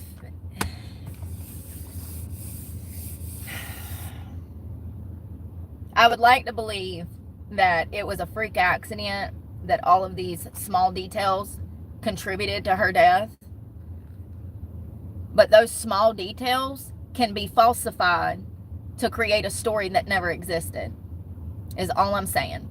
The toxicology, the autopsy reports, the police reports, the way that they scrubbed the scene down as soon as the crash happened. And we all know that after an incident or a crash, or if it's a crime scene, we keep it as is. We don't disturb the evidence, and they immediately clean that crash site, which was really weird. There's so much little minor details, and all I'm saying is I'm 50-50. I'm 50-50 that the royal family had her killed, and I'm 50-50 that this was a freak accident, and I don't know if I'll ever know. I just understand how much power government has and how government can lie, and the public read a court document and take it as word. So I don't know. I don't know. It's crazy. It's sad. It's really sad. And the key point being, wear your damn seatbelt. She would still be here if she had that seatbelt on. Because Trevor lived, and Trevor was sitting right in front of her. Or that might have been Henry in front of her if the car was on the opposite side. But regardless, she would have lived if she was wearing her seatbelt. And I wonder why she was getting mixed up with these sketchy ass people. Dodie Fide was not some great guy. He was a loser that was living off of his father with a drug problem, who was a spoiled brat. I don't understand how Diana, goes from marrying into the horrible royal family to some cokehead, but she was running around with people she shouldn't have been running around with. Henry, Paul, Trevor, all of them, she shouldn't have been out there that night in them streets with them boys. She was better than that. Allegedly, they were all drunk and high on drugs, and I don't understand why a woman of her stature would be rolling around with dogs, But I do believe that Dodie Fayett's father had a lot to do with that. There was a lot of pressure for them to get married after just meeting. It's crazy. Crazy, crazy. Very interesting case. And, here's the thing. Here's another thing that leads me to believe that this could have been a planned murder. They didn't want her marrying no Muslim. They sure didn't. Do you think... let me ask you this.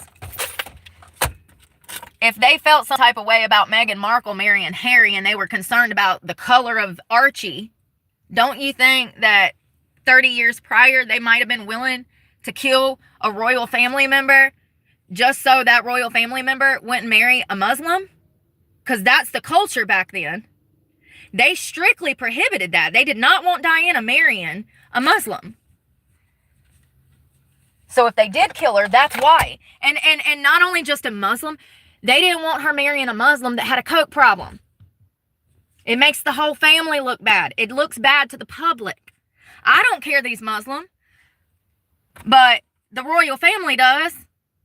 And if they will, the way that they treated Meghan Markle, and I believe, listen, I don't like Meghan Markle. I think, but I believe her when she says that the royal family questioned her about how dark her baby's skin might be because she's biracial. When she had a baby with Harry, it was said that the royal family asked how dark that baby's skin was going to be. And listen, I ain't trying to die in no car accident. But yeah, they didn't want Diana marrying Dodie. It would look horrible. So if there's any premise, that would be the grounds as to why they killed her. Because he was a cokehead and he was a Muslim.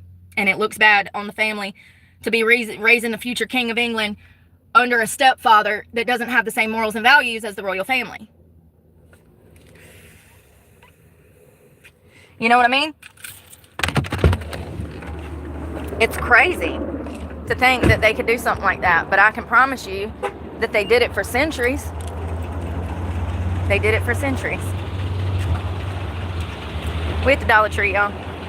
Buckle in. We're getting snacks. Snacks.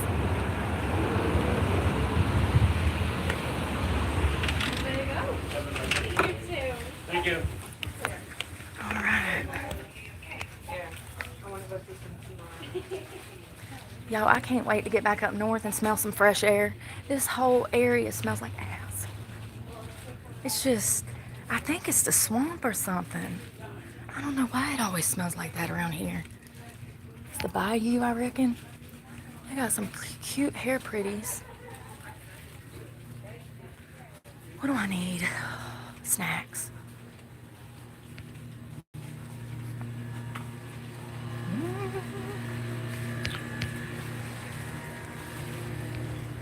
Yeah, I don't know. I'm 50-50. 50% of me thinks that they killed her, and the other 50% thinks that she died because she wasn't wearing a seatbelt and he was drunk. I don't think we'll ever know. I don't think we'll ever know. You know, and the craziest part is Diana had actually wrote her butler a letter 9 months prior to her death, and she told him, she said, they're going to kill me in a car accident. You can look up this letter online. Diana wrote a private letter to her butler, and she said they're gonna, and part of the names have been redacted because this is a court file now, and it said X is gonna attempt to kill me. It'll look like brake failure. And that was 9 months before Diana was killed. It's little stuff like that that leads me to believe that they did kill her. You know, the surveillance footage shows that Henry did not appear to be drunk, but yet they said he was 3 times the legal limit, and he literally bends over, ties both of his shoestrings, and stands back up. He does not. All of this you can find on YouTube. There's literally 100 different Diana documentaries. I've been seeing half of them this past week. Sorry. So there's a lot on YouTube that I'm talking about that you can find if you want to fact check me or just look into it. It's very interesting case. Excuse me. Sorry. Where's my pretzels? I see them. Pretzels. I like these. You get 6 little bags, and it's good portion control. I grabbed some chocolate covered peanut, sugar free, and my favorite trail mix, which is the Sunshine Blend. It's got blueberries, cranberries, almonds, cashews, and banana chips. I don't need no more seasonings. I need to eat the darn seasonings I got.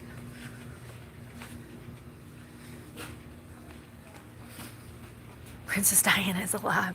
Maybe. I don't think so, fam. Not unless they damn keeping her under lock and key. I don't think so. It's really sad. One thing that I will say that when I was reading about this and all this stuff, learning about this, apparently Charles, when he had to identify her body, apparently he was hysterical. There's witnesses in the hospital that said that they could hear him screaming and crying, saying, no, no. Even though he was a heartless SOB, when she died, apparently it disturbed him because there's, reports that he lost his marbles when he had to identify her body. I hope he knows that it was all his fault she died, but anyways.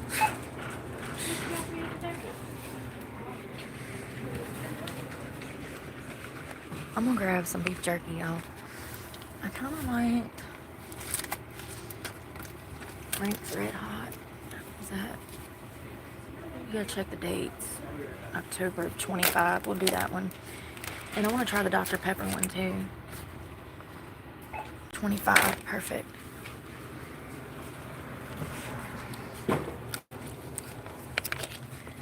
Alright. Oh, you're fine. Still have to drink cider in the back. In the bag. Okay. Let's get some snacks. Pretzels, beef jerky, sugar-free chocolate, and trail mix.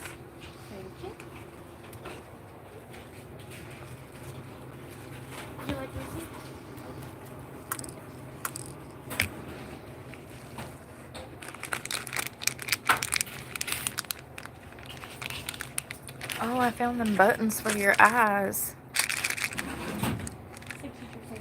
You ready to get some new eye buttons? Like Coraline? Hey, how are you? I'm good, how are you? Good. Excuse me.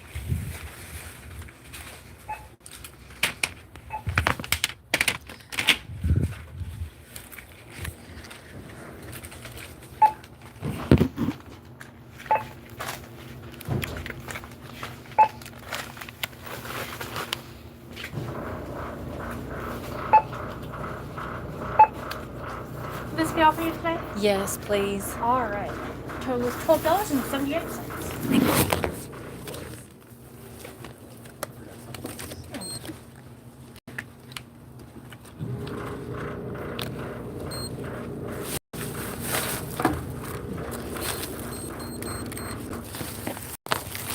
Do you like your receipt today? No, thank you. Alright. Have a great one. You too. All right. Oh, I was gonna get it for you. No, you're welcome. I was trying to open it and get it for her at the same time. Trying to slide out so I could scoot past her and open it for her.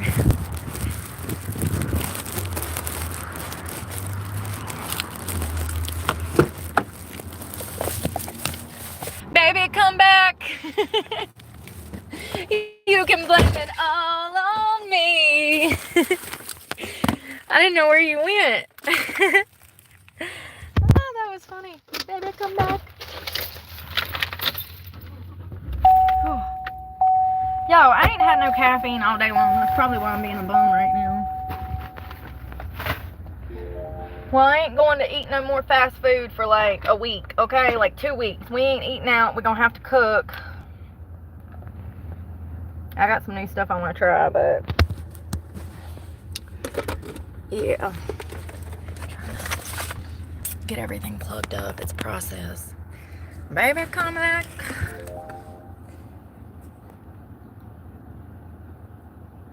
Thank you, BX Big Dogs. Appreciate it. Hello. No, I didn't get this yesterday. I got this morning, super early. Yeah, I didn't find nothing at that other one the other day. They didn't have no cute dresses. I don't know why that one don't. Everything they got on the shelf is like a XXX.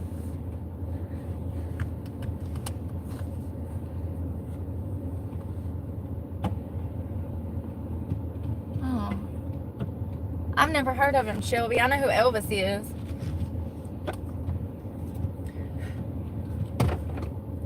I saw something the other day that was talking about how he died right after he got off stage. It was his last performance. I can't believe that Priscilla was... Is she still... Oh, God. Is she still alive? Priscilla? I think she is. Is that the one that dated Michael? These circles are small. That ain't the same one, is it? Yeah, apparently Elvis got married to her when she was like 13, bro. I'm gonna shut up. My grandma like Elvis.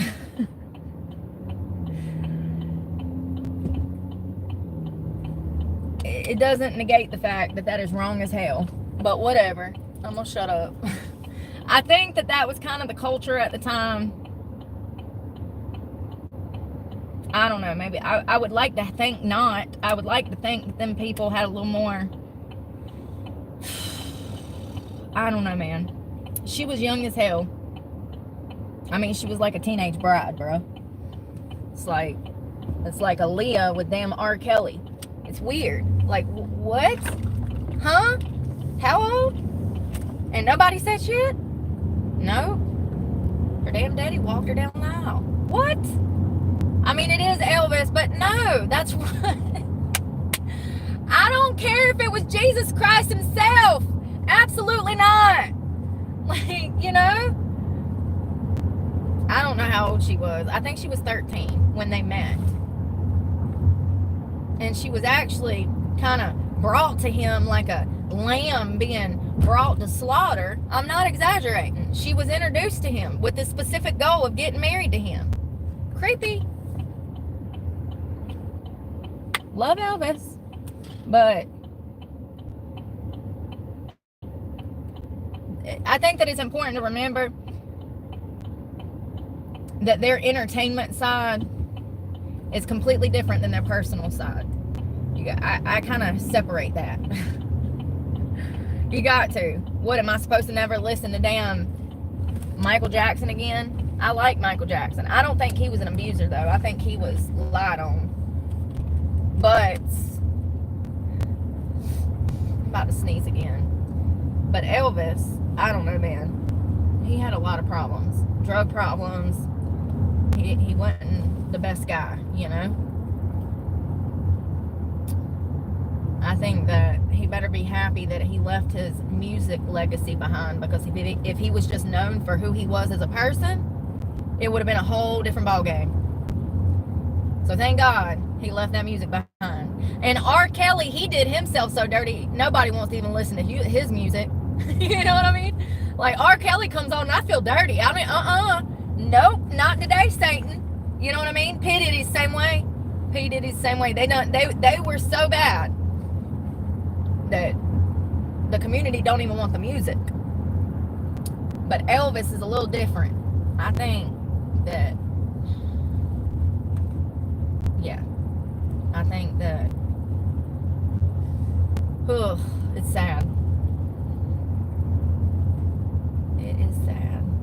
It's crazy how drugs and alcohol can change your whole personality, because I don't think he was a bad man.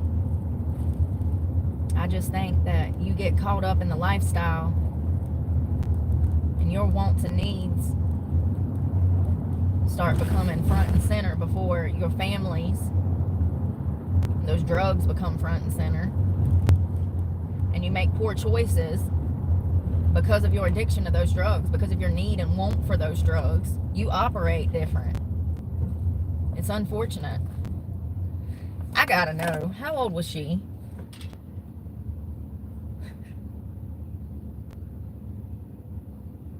How old was Priscilla when she married Elvis? No. See, Google be lying. Google be lying. How old was Priscilla when she met Elvis? She was 14. And I've read other reports that she was 13. So, 13, 14, same shit to me. Too teen young. You know what I mean? Too teen young. I don't know, man. I think that I think that child brides were more common back then. And hell, the way that the family unit was set up, you know, families wanted to get rid of their daughters so that they didn't have to financially take care of them anymore. If they can get her off and married and get some other man to damn feed her and clothe her and house her, then the family will just sign the paper to get that girl out their house. That's how it was. They wanted you to get married and get with child before you were damn graduating high school. Hell, back then, things was a lot different, okay? A lot different. A lot different. I think that was pretty, not normal, but it was normalized for the time. It's definitely not normal.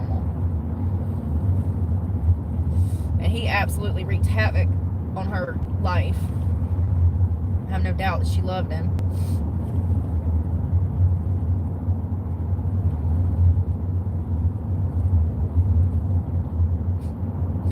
They actually met in a party in West Germany.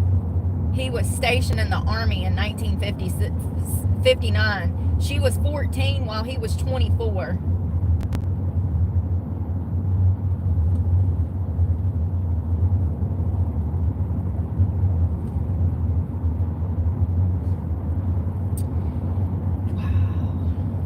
I don't know, man. I remember being 24. Sorry, I can't do that. I know. I remember, girl. I don't. Yeah, I know. You ain't even been around for 24 years yet. But I couldn't have at any point been drawn to a 14-year-old child. it's a little weird. That's all I'm saying. And I have no doubt he loved her in some way, but that's not no normal love. It's weird. It'd be different if, she was 24 and he was 34. That changes the dynamics a lot more. But 14 and 24 is just... 14 is too close to 4 and not close enough to 24. You know what I mean? It's weird.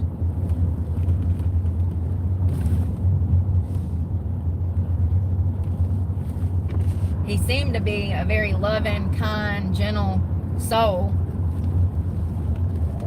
But he was not a perfect man, and he had his demons, and he struggled severely. Severely.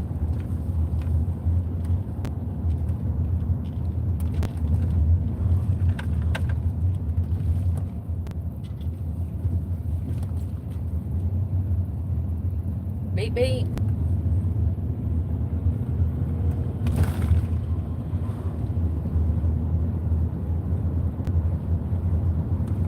Party like a rock star.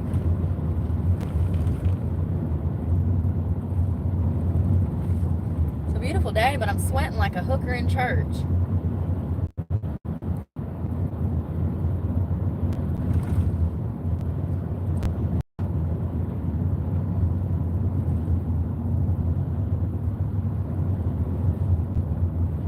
I need some caffeine, and I might want to down and go for a walk.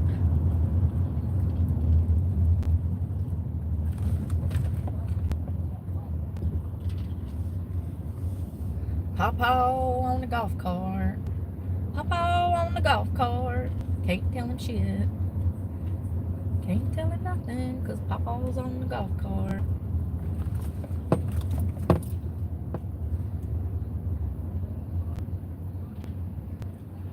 Oh, you're fine.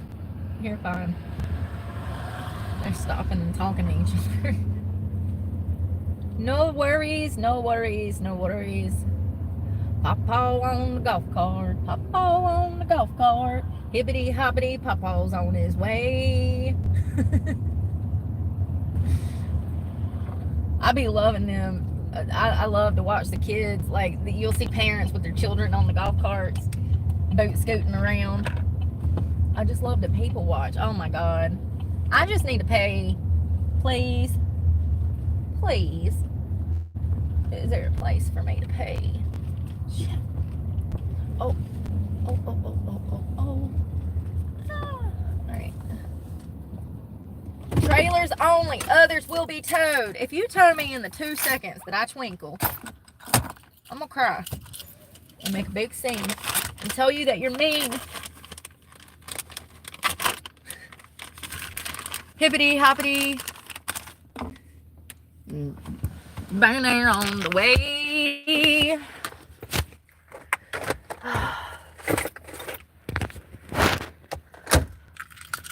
Hippity hoppity, Brookie's on the way.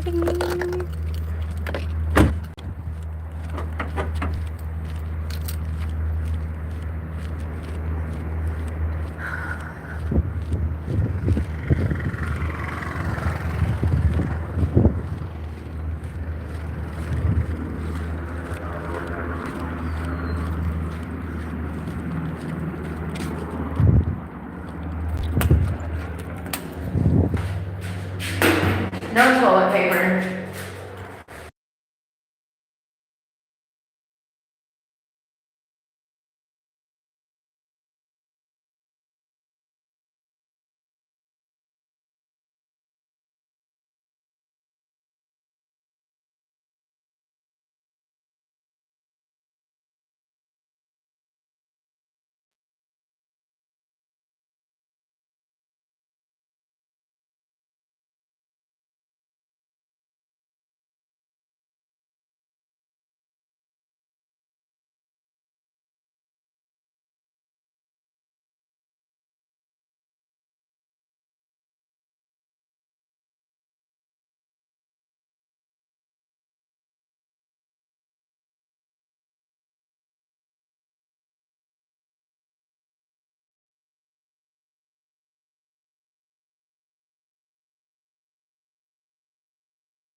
sorry.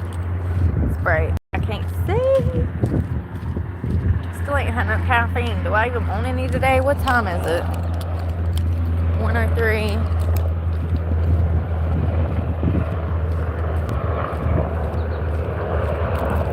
Hippity hoppity brookies on the way.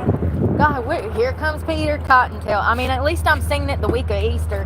I don't know why that's in my head, but at least I'm singing it the week of Easter.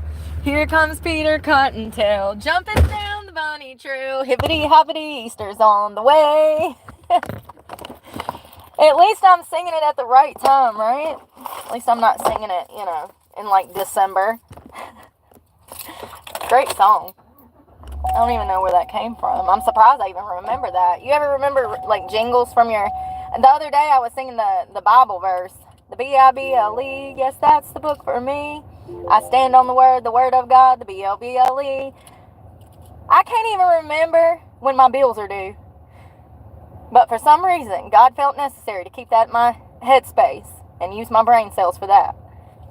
I even remember the SpongeBob song from the alarm clock that I had in middle school. It was a SpongeBob alarm clock that my mom got me. And it was F is for friends who do stuff together. U is for you and me. Try it. N is for anywhere and all.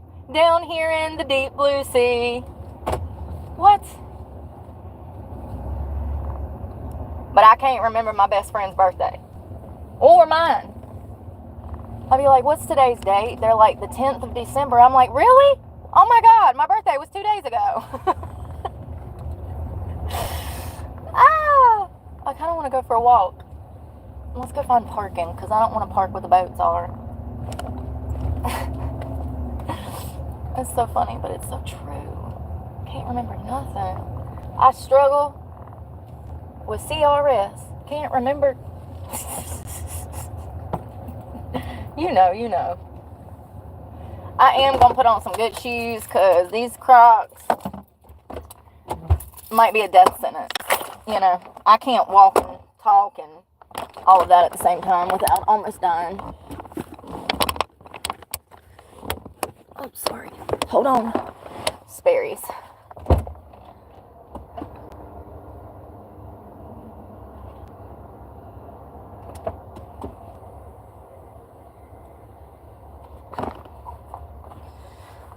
Shoes. I like the classic ones better. I got those at Goodwill. They're like from the 90s, man. They're so cute. They look just like the ones from the 90s. Hold on. I got lucky with those. Where they at? Don't they look just like... Don't that look like your mama's shoe? I know, me too. I know. Classic 90s.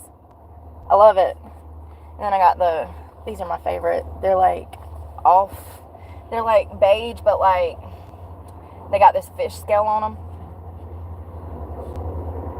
I got these at Goodwill. I bought these new, but many years ago. I bought these in like 2012. I actually like these better, but these are cute too.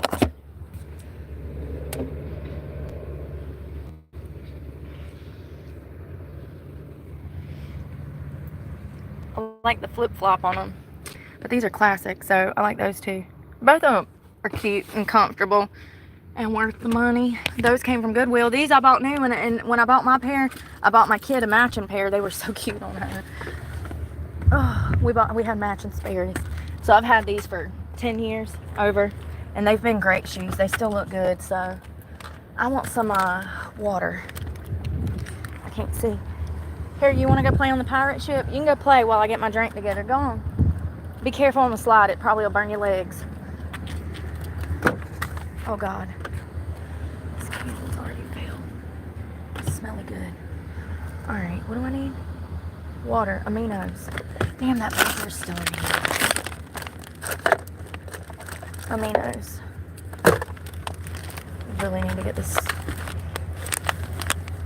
straightened up.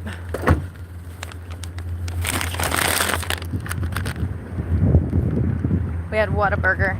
It wasn't bad. I mean, I think that it's like Burger King. It tastes like Burger King. It's very similar to Burger King. So like a slight step up from Burger King. It wasn't bad. There was a little trouble in the drive-thru, but we got it figured out. They rang me up. Sorry, I dropped you. They rang me up for like, I gotta get a water. Hold on. They rang me up for $13 worth of food. And all I got was a single burger a la carte. And for some reason, they're like, oh, that's gonna be $13. And they rang. I didn't hear that part. I just heard him say, oh, that's gonna be, and then I didn't hear the number. And I just handed him my card. Then he comes back, handed me a soda. I said, I didn't get a drink. I didn't get a combo. And he said, are you sure? And I said, yeah. He said, well, what'd you get? And I said, a single burger. And by that time, they done ran my card and charged it $13. I looked at the account. They gave me it back in cash, the difference.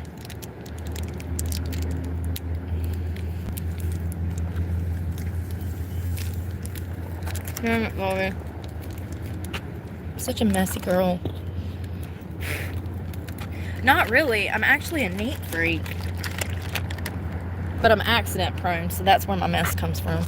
My accidents. I spill stuff. I trip over my own feet.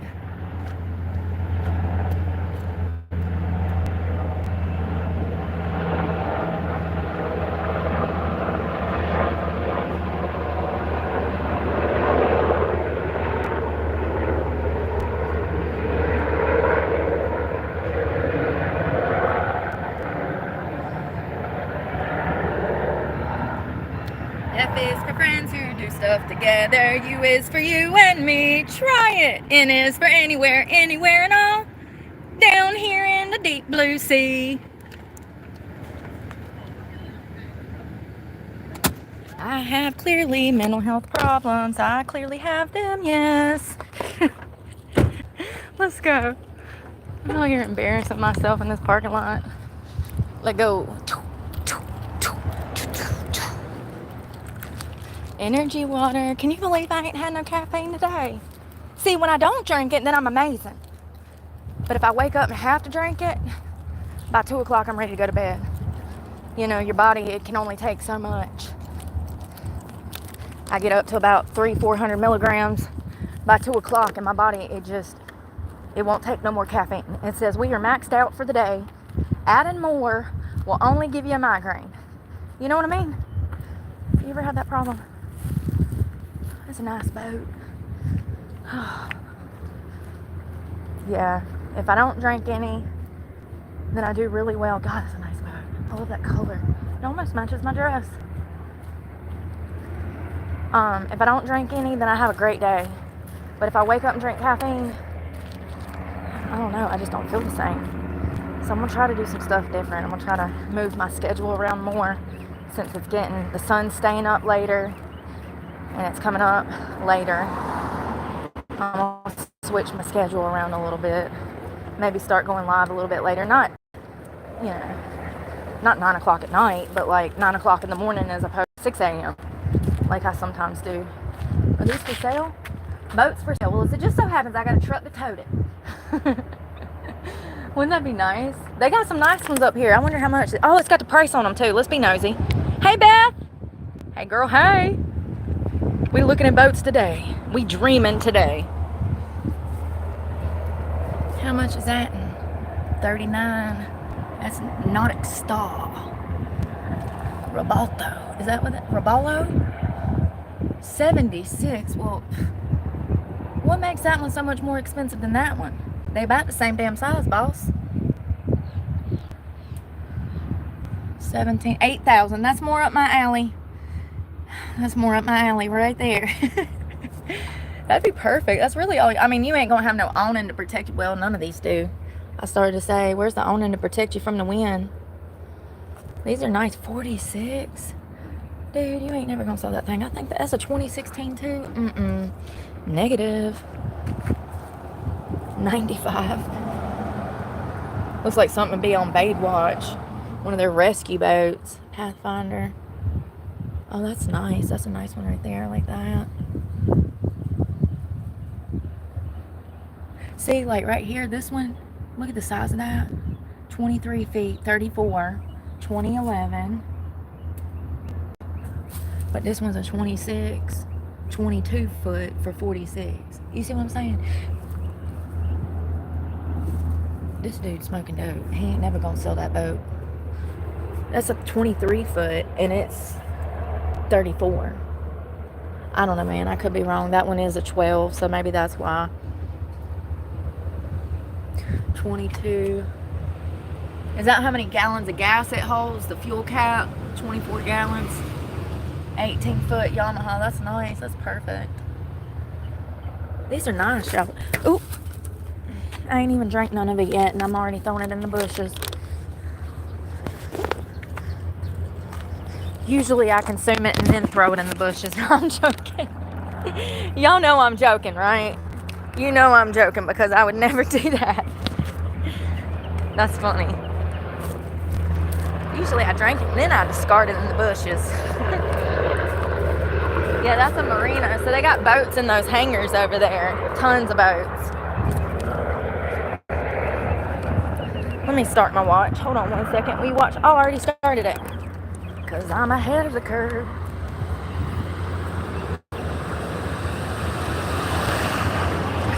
Trophy. That's a nice one too. It's the ferry.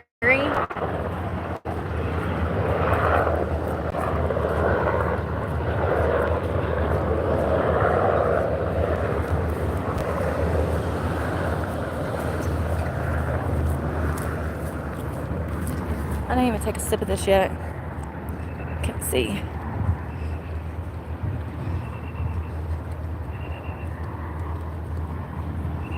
Yeah. Here.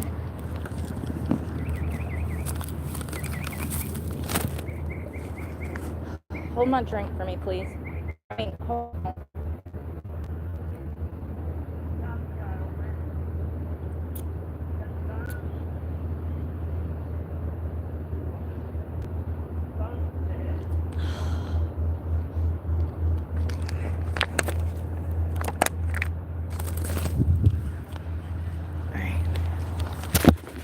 Drop you. We can walk back this way.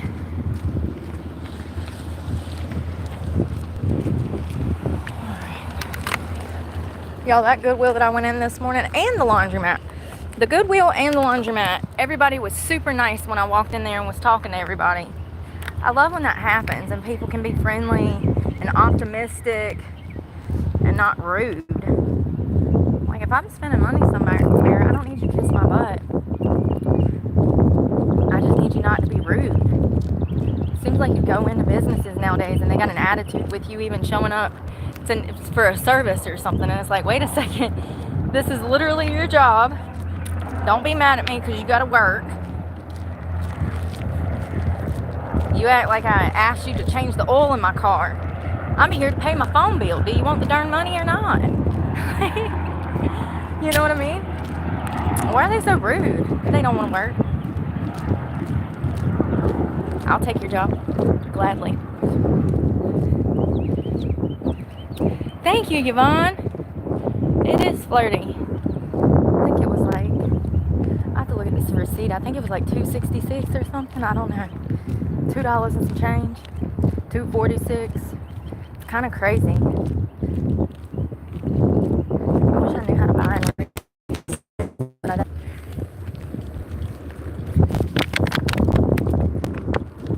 I really don't want to be dealing with a bunch of women, if I'm being honest. Not that I don't like them. I mean, sometimes it depends on the individual. You know how catty women are. And they get disgruntled real quick. And they want to see a manager. I just don't want to deal with that. I feel like, I don't know. I feel like it'd be a damn headache to deal with rich women.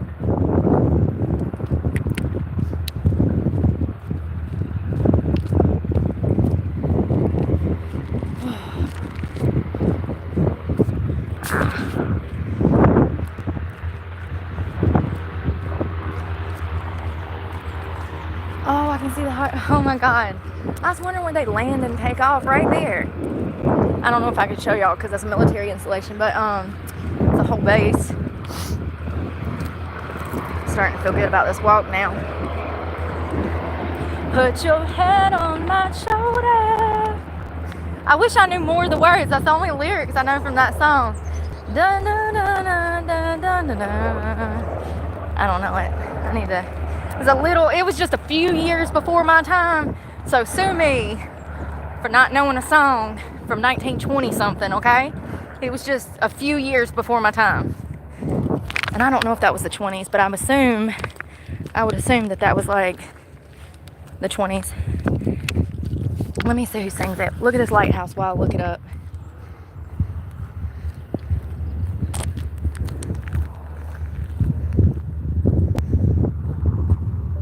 Put your head on my shoulder. See the lighthouse. Paul Anka? What year was that? Prop me up beside the jukebox if I die. Paul what? P-A-U-A. What year was that? He was a Canadian. Oh God, the man's 83 years old. Yeah. Oh. He was a teen idol in the 1950s and 60s. He had 5 top 20 hits before turning 18. Diana, Lonely Boy.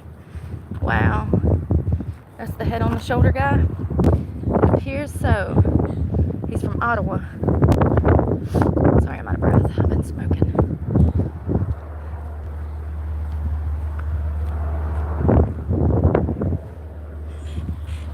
Huh.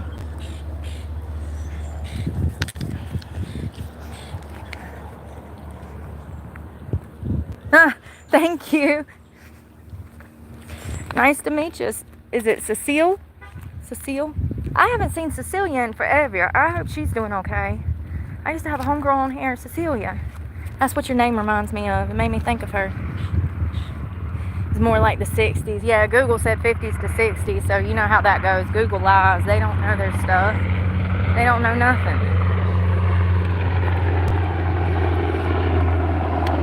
Hello, Bora. Birkin. You know you were made in China, right? Birkin bags. Oh, that's funny. Hell, anybody got a TikTok shop we can buy some Nike from and some Gucci? Look at these flowers. It's like a stream. But there's a crocodile in there. Go on, honey. Find us some crawfish. I don't know if they have those down here. I know we got them up north where I'm from, North Carolina. We used to go out into the creeks and catch crawdads. All kinds of stuff. Tadpoles, frogs, lizards. Mama would never let us keep none of his pets, though. Turtles. Oh, I didn't know there's a porta potty over here. Good to know, in case, you know. You never know when you might have to go. Just don't sit on it. Please don't put your ass on that toilet. I love you. That boy was sitting in that porta-john yesterday like he had paid for it. You know what I mean? He was sitting in that porta-pond like it was a Airbnb rental. He was posted up with his cell phone. I said, you've got to be shitting me. I mean, clearly. Oh, clearly. And then I opened the door, not knowing anybody was in there. And bro was just posted up, ass on the seat, hands on his, watching his phone. Just posted up. I said, God, he got mad. He's like, oh my God, sir. Either I got really big muscles or you didn't lock that door. It was probably 50-50, I'm pretty sure. I'm pretty sure when I opened it, I felt the lock snap. So I didn't know that I pulled on that hard. I didn't know I pulled on it that hard. And he's just sitting in that porta potty. He jumped up, his pants were around his ankle. It was the funniest thing that I've seen in a long time, y'all. You know, now that I think about it, when I think about me pulling on that door, I did pull rather hard. I opened that thing up like I was opening up a barn door or something, you know? I just ripped it open. And when I did, I guess, you know how the inside of a porta-john, you got that little rotating lock? I guess it broke away from the plastic. Because when he waddled over, when he waddled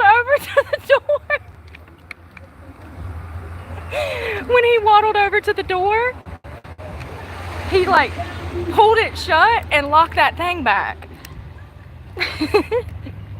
That shit was funny as hell. I'm sorry, dude. I don't know you, but you probably shouldn't sit on that seat. And I should probably maybe not rip those doors open. Hey, how's it going? Oh, that shit was funny as hell, man. Oh, God. He jumped up. He said, what the? And he come waddling over, covering his privates with his phone. Oh, God. I said, oh, my God. And I immediately turned around. And then I turned back around and I see him closing that door. Like I had shut it, but the wind had kind of cracked it open. So I see him waddling over to shut the door, and then he locked it back. Like you could see the twisting lock go from green to red, because it's got like a notification on the outside, like a little plexiglass, so you can see if it's vacant or not. And that's probably what I should have looked at before I started pulling on the door. But we all make mistakes, okay? I made a huge mistake.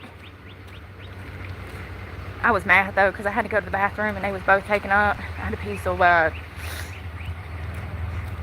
Now that I think about it, I might have damn busted up in there on him. I might have busted up in there on him. My bad, dude. Sorry, forgive me for I not know what these muscles do. Oh God, bless his heart. I hope he ain't traumatized.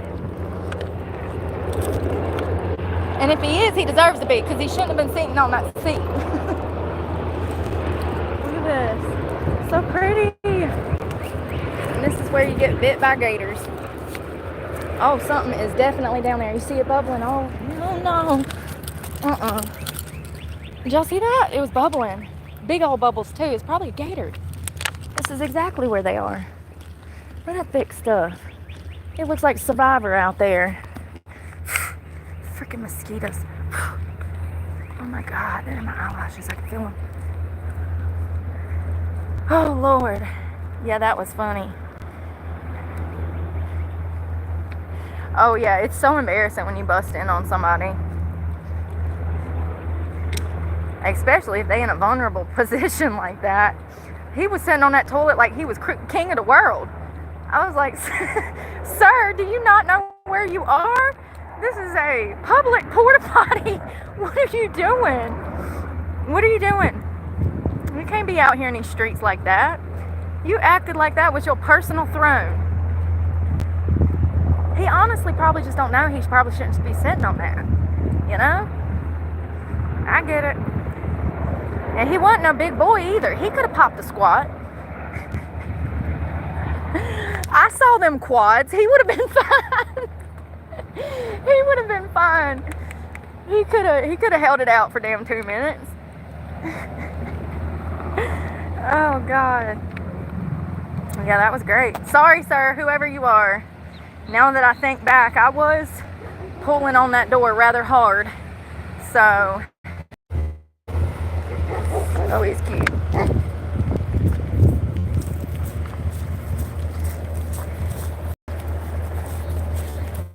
He's so handsome. Big old wolf.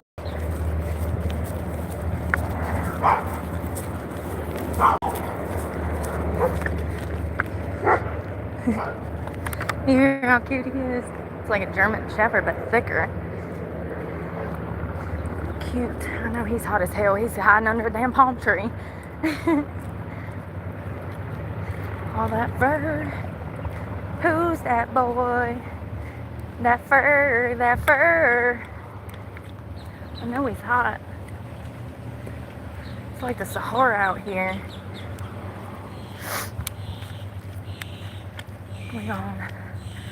walk a little walk, smoke a little smoke, drink a little caffeine, enjoy this day. It's Holy Week. Holy Week. Y'all, I'm at a crossroads with school. I think I'm at a place where most students come to be during their school making decisions. Do they want to make money or do they want to help people? Listen, this is the good person in me thinking that all people struggle with this. But that's where I'm at. I'm kind of in an impasse. Do I want to make over $100,000 a year, or do I want to help people? It sucks. It really does. I mean, regardless, even in the agricultural business field, that is helping, but as business. So there's a whole shady side to that industry that I haven't got to experience yet. And that is what is concerning, because I understand the way that these things work. I understand the way the world works. There's evil people wherever you go. There's going to be people trying to buy your soul left and right. Well, if you got a soul worth buying. And, depending on what branch career I pick, I have to plan out these things in advance and think about the potential risk and danger. It's a screwed up world, and people have a propensity to try to use and abuse others, no matter if it's in a personal level or the workforce. Employers will use you up and spit you out, and then when you reach your damn 10 years from retirement, then they fire you. Say screw you after you done spent 20 years or 15 years working your ass off for a company. The employer is not valued like they used to be. And that's part of the employer's fault, because they don't work like they used to either. Work ethic is dead in this country. So I see both sides, but I'm really concerned. Oh God, do you see me? Thank you. I'm really concerned about, I don't know, being used. There you go. Being used.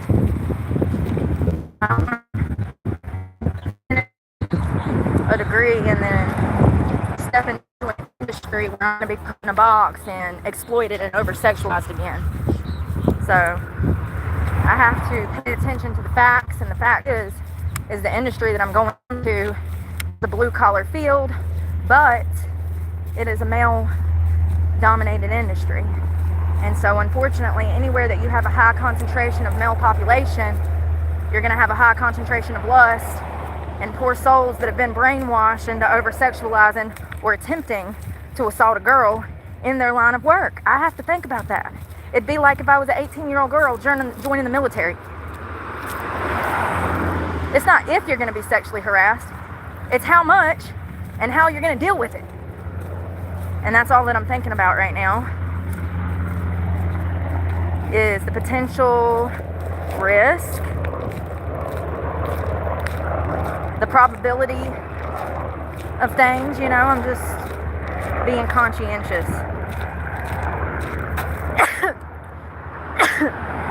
Shit. And I worked in construction, and I really didn't ever have no huge problems. I was at a church one time. We were renovating. We were actually taking the old walls out of this church and turning it into ceiling for an outdoor awning. It was 100-year-old wood that was in this church. It was the original church. And they wanted wood removed, and they wanted to use it as awning underneath an awning for the new part, a new part in addition to the church. They didn't want to throw the 100-year-old wood away because it came out of the original church. Perfectly understandable. So we're working this job. We're taking all this wood and hanging it upside down on a scaffold and trying to hold that heavy-ass nail gun up and put this shit up right. Tongue grooved it. So anyway, this guy that was, I do believe, an electrician, little old man, he kept following me around, getting in my face, following me around, getting in my face. And so we were working at this church for like 4 or 5 days. And finally, My boss saw this shit. And he went and had a talk with his boss man, or that guy's boss man, and that guy. And he was like, leave her alone. Stay out of her face. Don't even speak to her. If I knew that I was going into an industry where I would get that type of respect, then I'd be all in right now. But you never know who you're going to have to work for. I don't know. You know what I mean? I don't know. And it's not that I'm worried I'm going to be like sexually harassed to the point I can't handle it. It's just that you have to think about these little ins and outs when you're making these kinds of huge life decisions. You got to know what you're getting into before you get into it. You know what I mean? Hold on one second. It's a military base and I don't want a camera in their faces. So I don't know. I just think that if you go into an industry like that and you are working with people that respect you and value your work, then that's all great. But at the off chance you find an employer that is trying to exploit you or do some shady shit, I don't know. It's one of those things where these circles are so small in construction and landscaping and stuff like that, that blue collar work, that if you have a issue with an employer like that and then you say something against that employer, you might not ever find another job. That's how it works. Bunch of big ass bullies, just like any other field. So I don't know.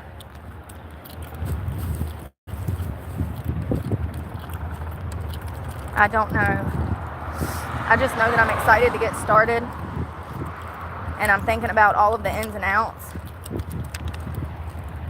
and I'm just being conscientious. So I guess that's the best I can do, right? I'm enrolled. I'm officially a student. All the ducks are in a row. I just gotta stay positive and maintain until I can finish something. And always keep my intuition going, you know. Hey, Shane. Oh. Yeah, he was here earlier. That's why I said hey, because I thought it was his name. Yeah, he was here this morning. We hung out. Here.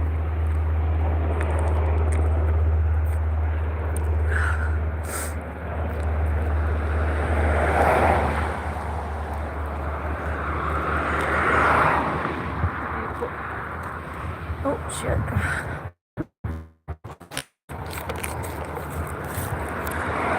A spider web or something on my chin. There's a rock in my shoe. Huge one. Wow. Oh my God, y'all, he just committed suicide in my jar. Ooh, get out of there. Did y'all see that? A fly just flew in here, a horse fly. And I had to pour him out. Shit, I need the extra protein. I'm glad he went in the jar and not in my throat. Usually I'm swallowing on him. I'll start running and I can't breathe. And I'm like, and then a damn fly will fly in my mouth. I have it happen all the time.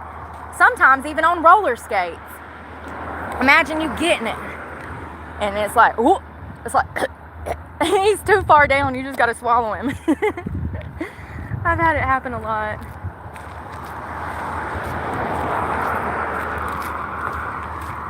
Wow, is it not beautiful today?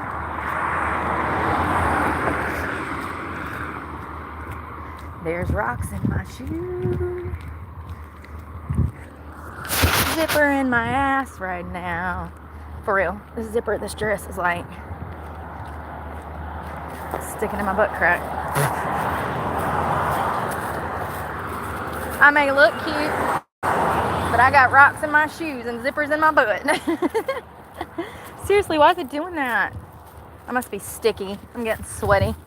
There's a zipper on the back of this dress. All right, how far have we been, boss? A mile. All right, let's go. I don't want to go down there to the danger zone. That's the danger zone.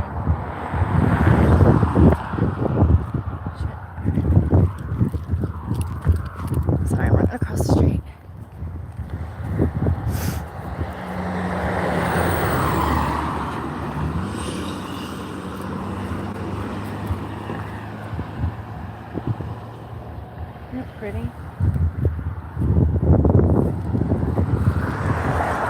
That's all the beach I clean. I clean all of that. All the trash I got out. There's probably new trash out there because it don't take long with stuff washing in from shore or from washing in from the ocean.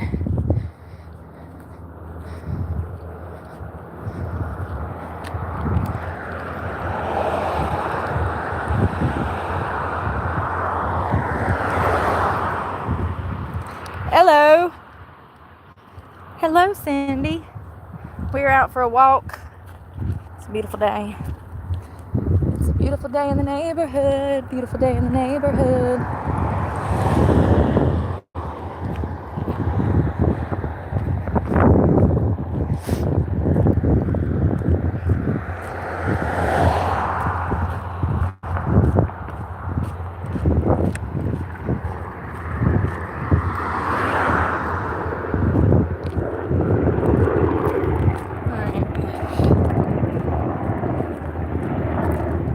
Active shooter. No way. Are you kidding me right now? Deborah, shut the front door. Is that FSU? No. I know 2 people that go to school there. Is that FSU? Florida State University. That would be FSU, right? Oh my God, these people are losing their flipping minds out here. Hold on. FSU shooter. Oh yeah, I see it. 5 minutes ago, active shooter at Florida State. It's on their Tallahassee campus. Multiple patients hospitalized. The university, hold on, I can't see. Thank you, Deborah. The university sent out an alert urging students to seek shelter as a shooter was reported in the area. Multiple patients have been hospitalized after an active shooter was reported at the Florida State University campus in Tallahassee. So that's not exactly where I thought it was. The campus that I know is south of here. The school sent an alert urging students to seek shelter because there was an active shooter on the property. Police were on scene or on the way, according to the alert. Block and stay away from all doors. Hold on. The FBI is responding to the scene as FSU at the campus.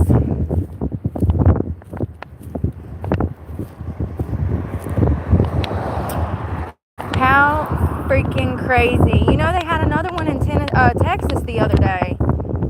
State legislators are seeking more information. And that's it. That's all it says. Wow, back in November of 2014, the university had an employee and 2 students that were shot. So this is not their first on-campus shooting. The shooter was fatally shot by responding officers. Lord. Oh my God, I'm praying for those families. That is so sad. God, imagine being one of those parents right now where you done sent your kid off to damn Tallahassee and it's almost the summer. You know?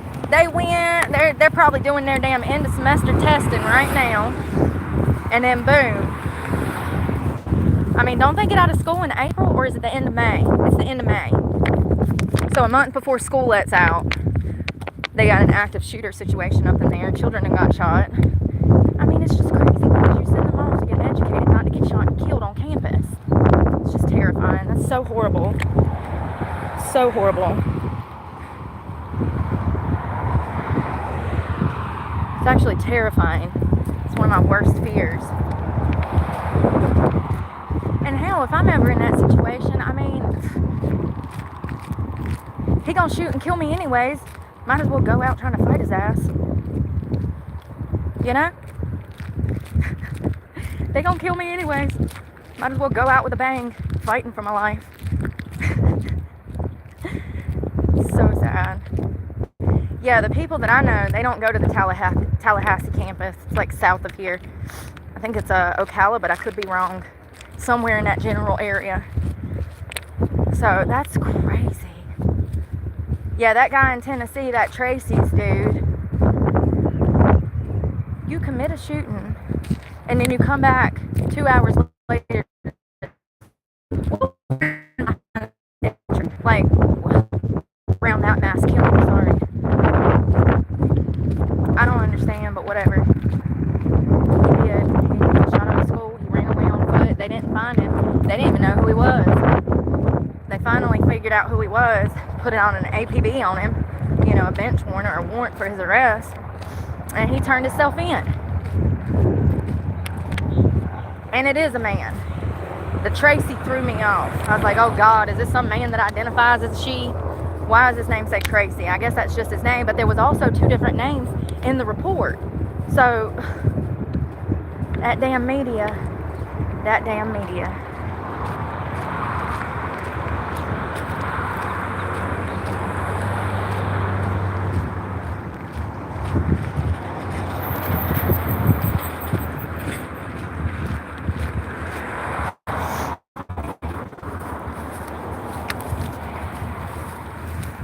Alright, I'm tired of walking now.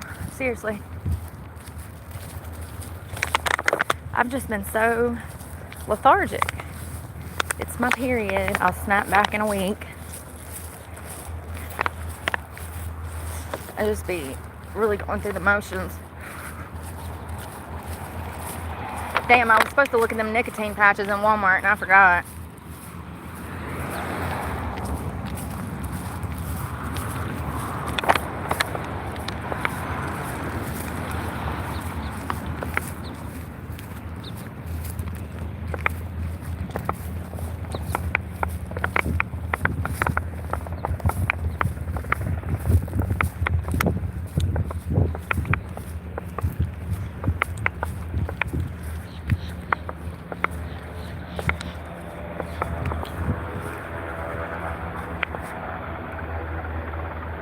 Y'all hear that?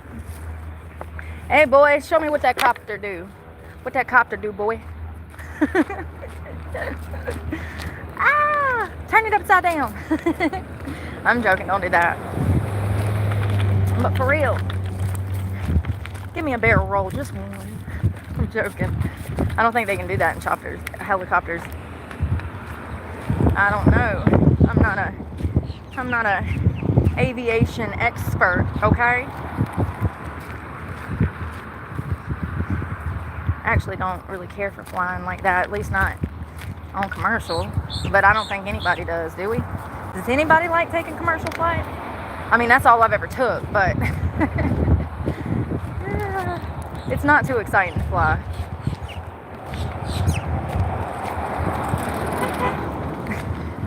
Uh-oh. Hello? Honk, honk. Cinderella, dressed in yellow. I forgot that song. I need to learn some of them Disney songs from my childhood. I want to know them. I'm still working on Bonnie and Clyde. Blue Runner. I always like to look at the boat names. People are so creative.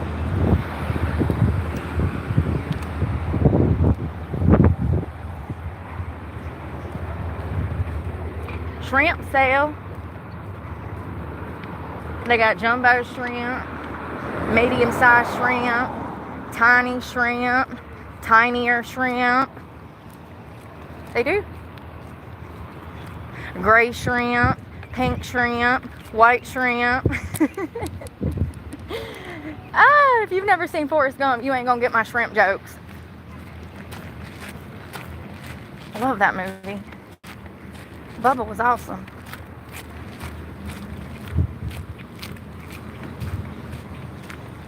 Lieutenant Dan, you ain't got no legs. Lieutenant Dan had no F's to give, okay? He said, I might not have no legs, but I'm still a man. He was still a man, wasn't he?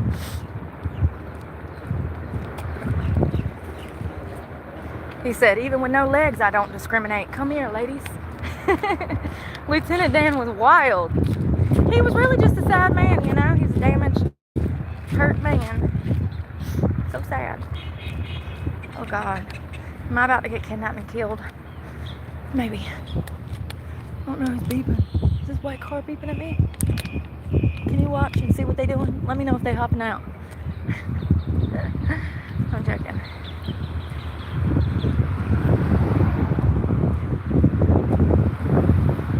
Alright. Pretty.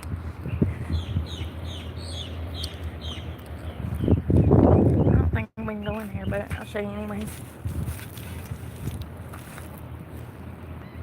Yeah, I think that's private property. The gate's just down.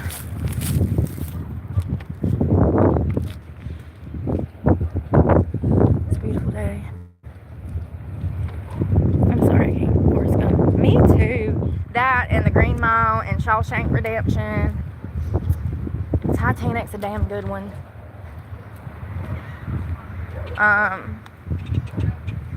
Oh, The Help. That's one of my favorite movies ever. Oh, Precious. That's one of my favorite movies ever. What else? Yeah, there's a lot of good shit that I like. I like those movies with like the different storylines for each character, and you get to learn. You know, that's how Shawshank Redemption was. We got to learn about each individual prisoner and why they were in jail. We saw the old man off himself. Y'all, that's so sad. But do you know how common that is? That movie ain't just a movie. That movie is factual.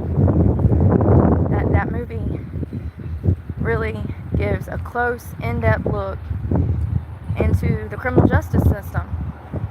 Great movie. What's the other one I was about to say? The Green Mile, that's a good one too. We get to see a glimpse into everybody's different life. There was another one, Blind Side. I haven't seen that, but I hear that them parents scammed that boy. You know, apparently he sued his adoptive parents years later. I'd have to find out the scoop because I don't remember the whole story. But something went down with the actual kid from that movie. I can't think. I'm sorry. No, you're good.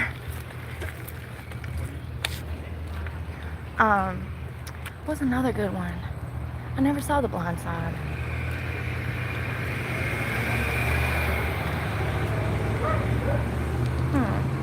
I love some movies. Oh, Double Jeopardy. That's one of my... Oh, The Client List.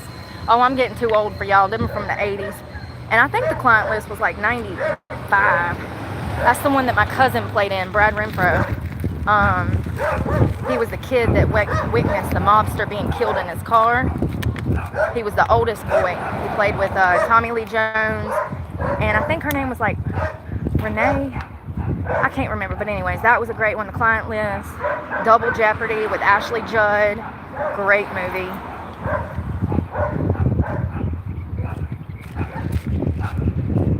What's some of y'all's? The Proposal. I've never seen that. Oh God, my eye.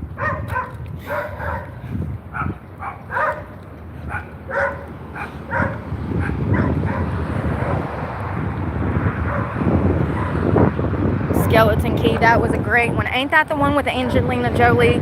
Or am I thinking of the skeleton? I don't know. Skeleton Key. Is that the one that, or no, The Bone Collector. That was a great one. Angelina Jolie. Wow. Was that Morgan Freeman? The Bone Collector. That was a great one. Seven with Brad Pitt. Oh, that's a crazy movie. Oh man, if you've never seen Seven, wow, that's just complete mind F. That was a great one. I like all kinds of thrillers. Notice I didn't name no rom-coms. Ain't none of my types of stuff. I don't like no rom-coms. Although, 50 First Dates. And what was the movie with Brittany Murphy and Austin Kutcher when they go Just Married? So if I had to pick two rom-coms, it'd be 50 First Dates and Just Married with Brittany Murphy and Austin Kutcher, whatever his damn name is. That's a great one. That's pretty funny. When that roach hits his chest in that crappy motel, and she's like, Roach! Roach! I mean, it is just so good. And then they're trying to consummate their marriage. and there's another married couple next to them getting it on, and it's so loud in this crappy, horribly made paper mache motel. They can hear everything. The walls are knocking, rocking. It's pretty funny. It's a good one. Rom-com. They get stuck in the snow. Sounds like torture, and it was. So funny though. Oh, V from Vendetta. Oh yeah, The Outsiders. That was a good one. I remember reading that book. I remember that book. There's so many good movies. I love movies. I haven't watched one in a long time. You want to walk up to the water?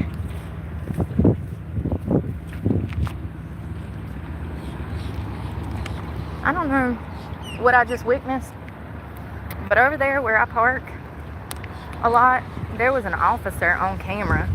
It was like news reporters out there. They had like a TV crew, and an officer in a vest was on camera talking about something.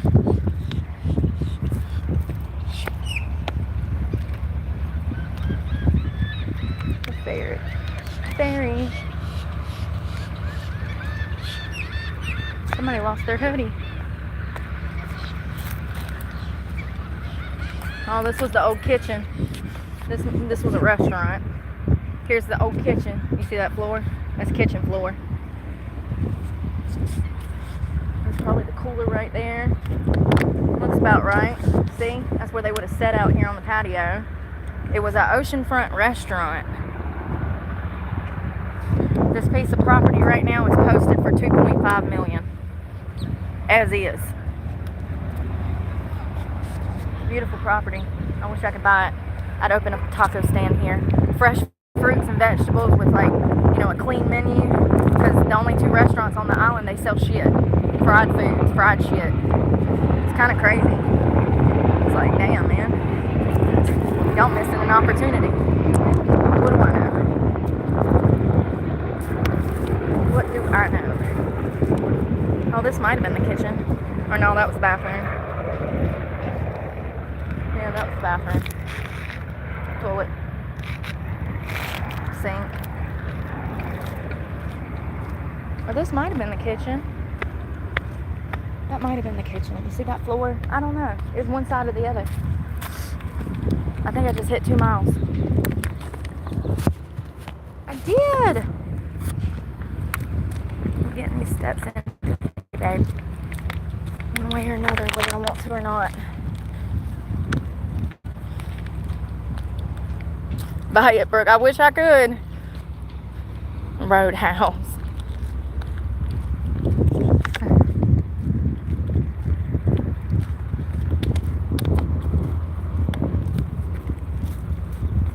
You know, was that Keanu Reeves that played in the first Bram Stoker's?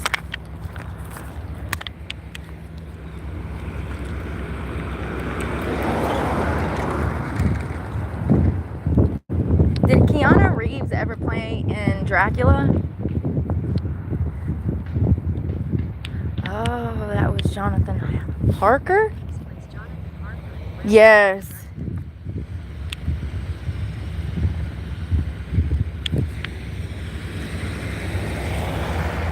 Yes, he did. So Keanu Reeves played in the 92 movie. That one was pretty good. It's kind of crazy to think that I was watching that when it came out. I would have been like 5. Hold on, where did you go? There you go. I would have been like 5 years old. It's crazy. My grandma just used to let me watch anything. And it was the complete opposite at my parents' house. Complete opposite. They wouldn't let me watch nothing but PBS. No, they let us watch TV, but they wouldn't let us watch MTV, VH1, stuff like that. We couldn't watch it. And God, Lord, for parents come out. You were in big trouble. Yeah, they didn't like that stuff. I mean, and rightfully so. It's garbage. I'm actually grateful. Maybe that's why I don't behave like most of these women out here. It's because I didn't grow up getting over-sexualized and conditioned to believe that my worth should be in my body. You know what I mean? Some of of those songs that I listen to now by Britney and Christina are disturbing. I mean, they were teenagers. These were 16-year-old girls. These were not 26-year-old women.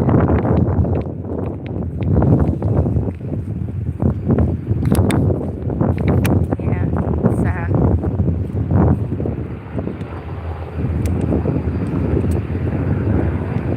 And I think it'll just get worse. It already has. Any ounce of respect that was here prior to COVID is now gone.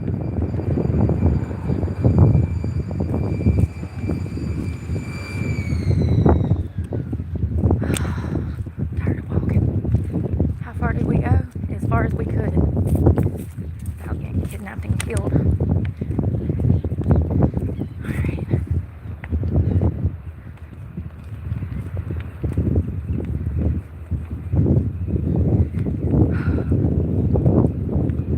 Some water. Not this. Gotta be.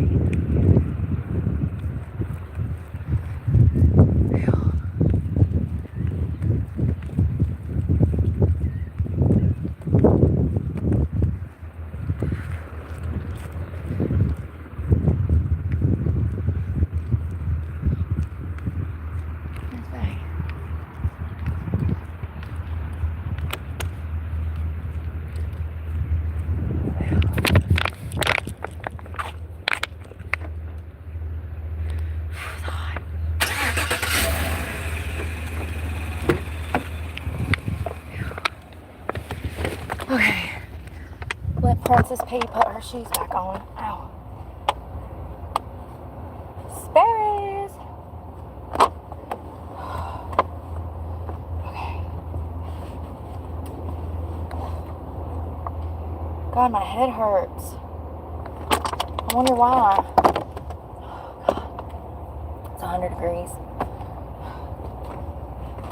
Damn it. Y'all, I'm about to run. It's so hot. I'm literally sweating my ass off. My scare running. Oh, I'm gonna go relax a little bit.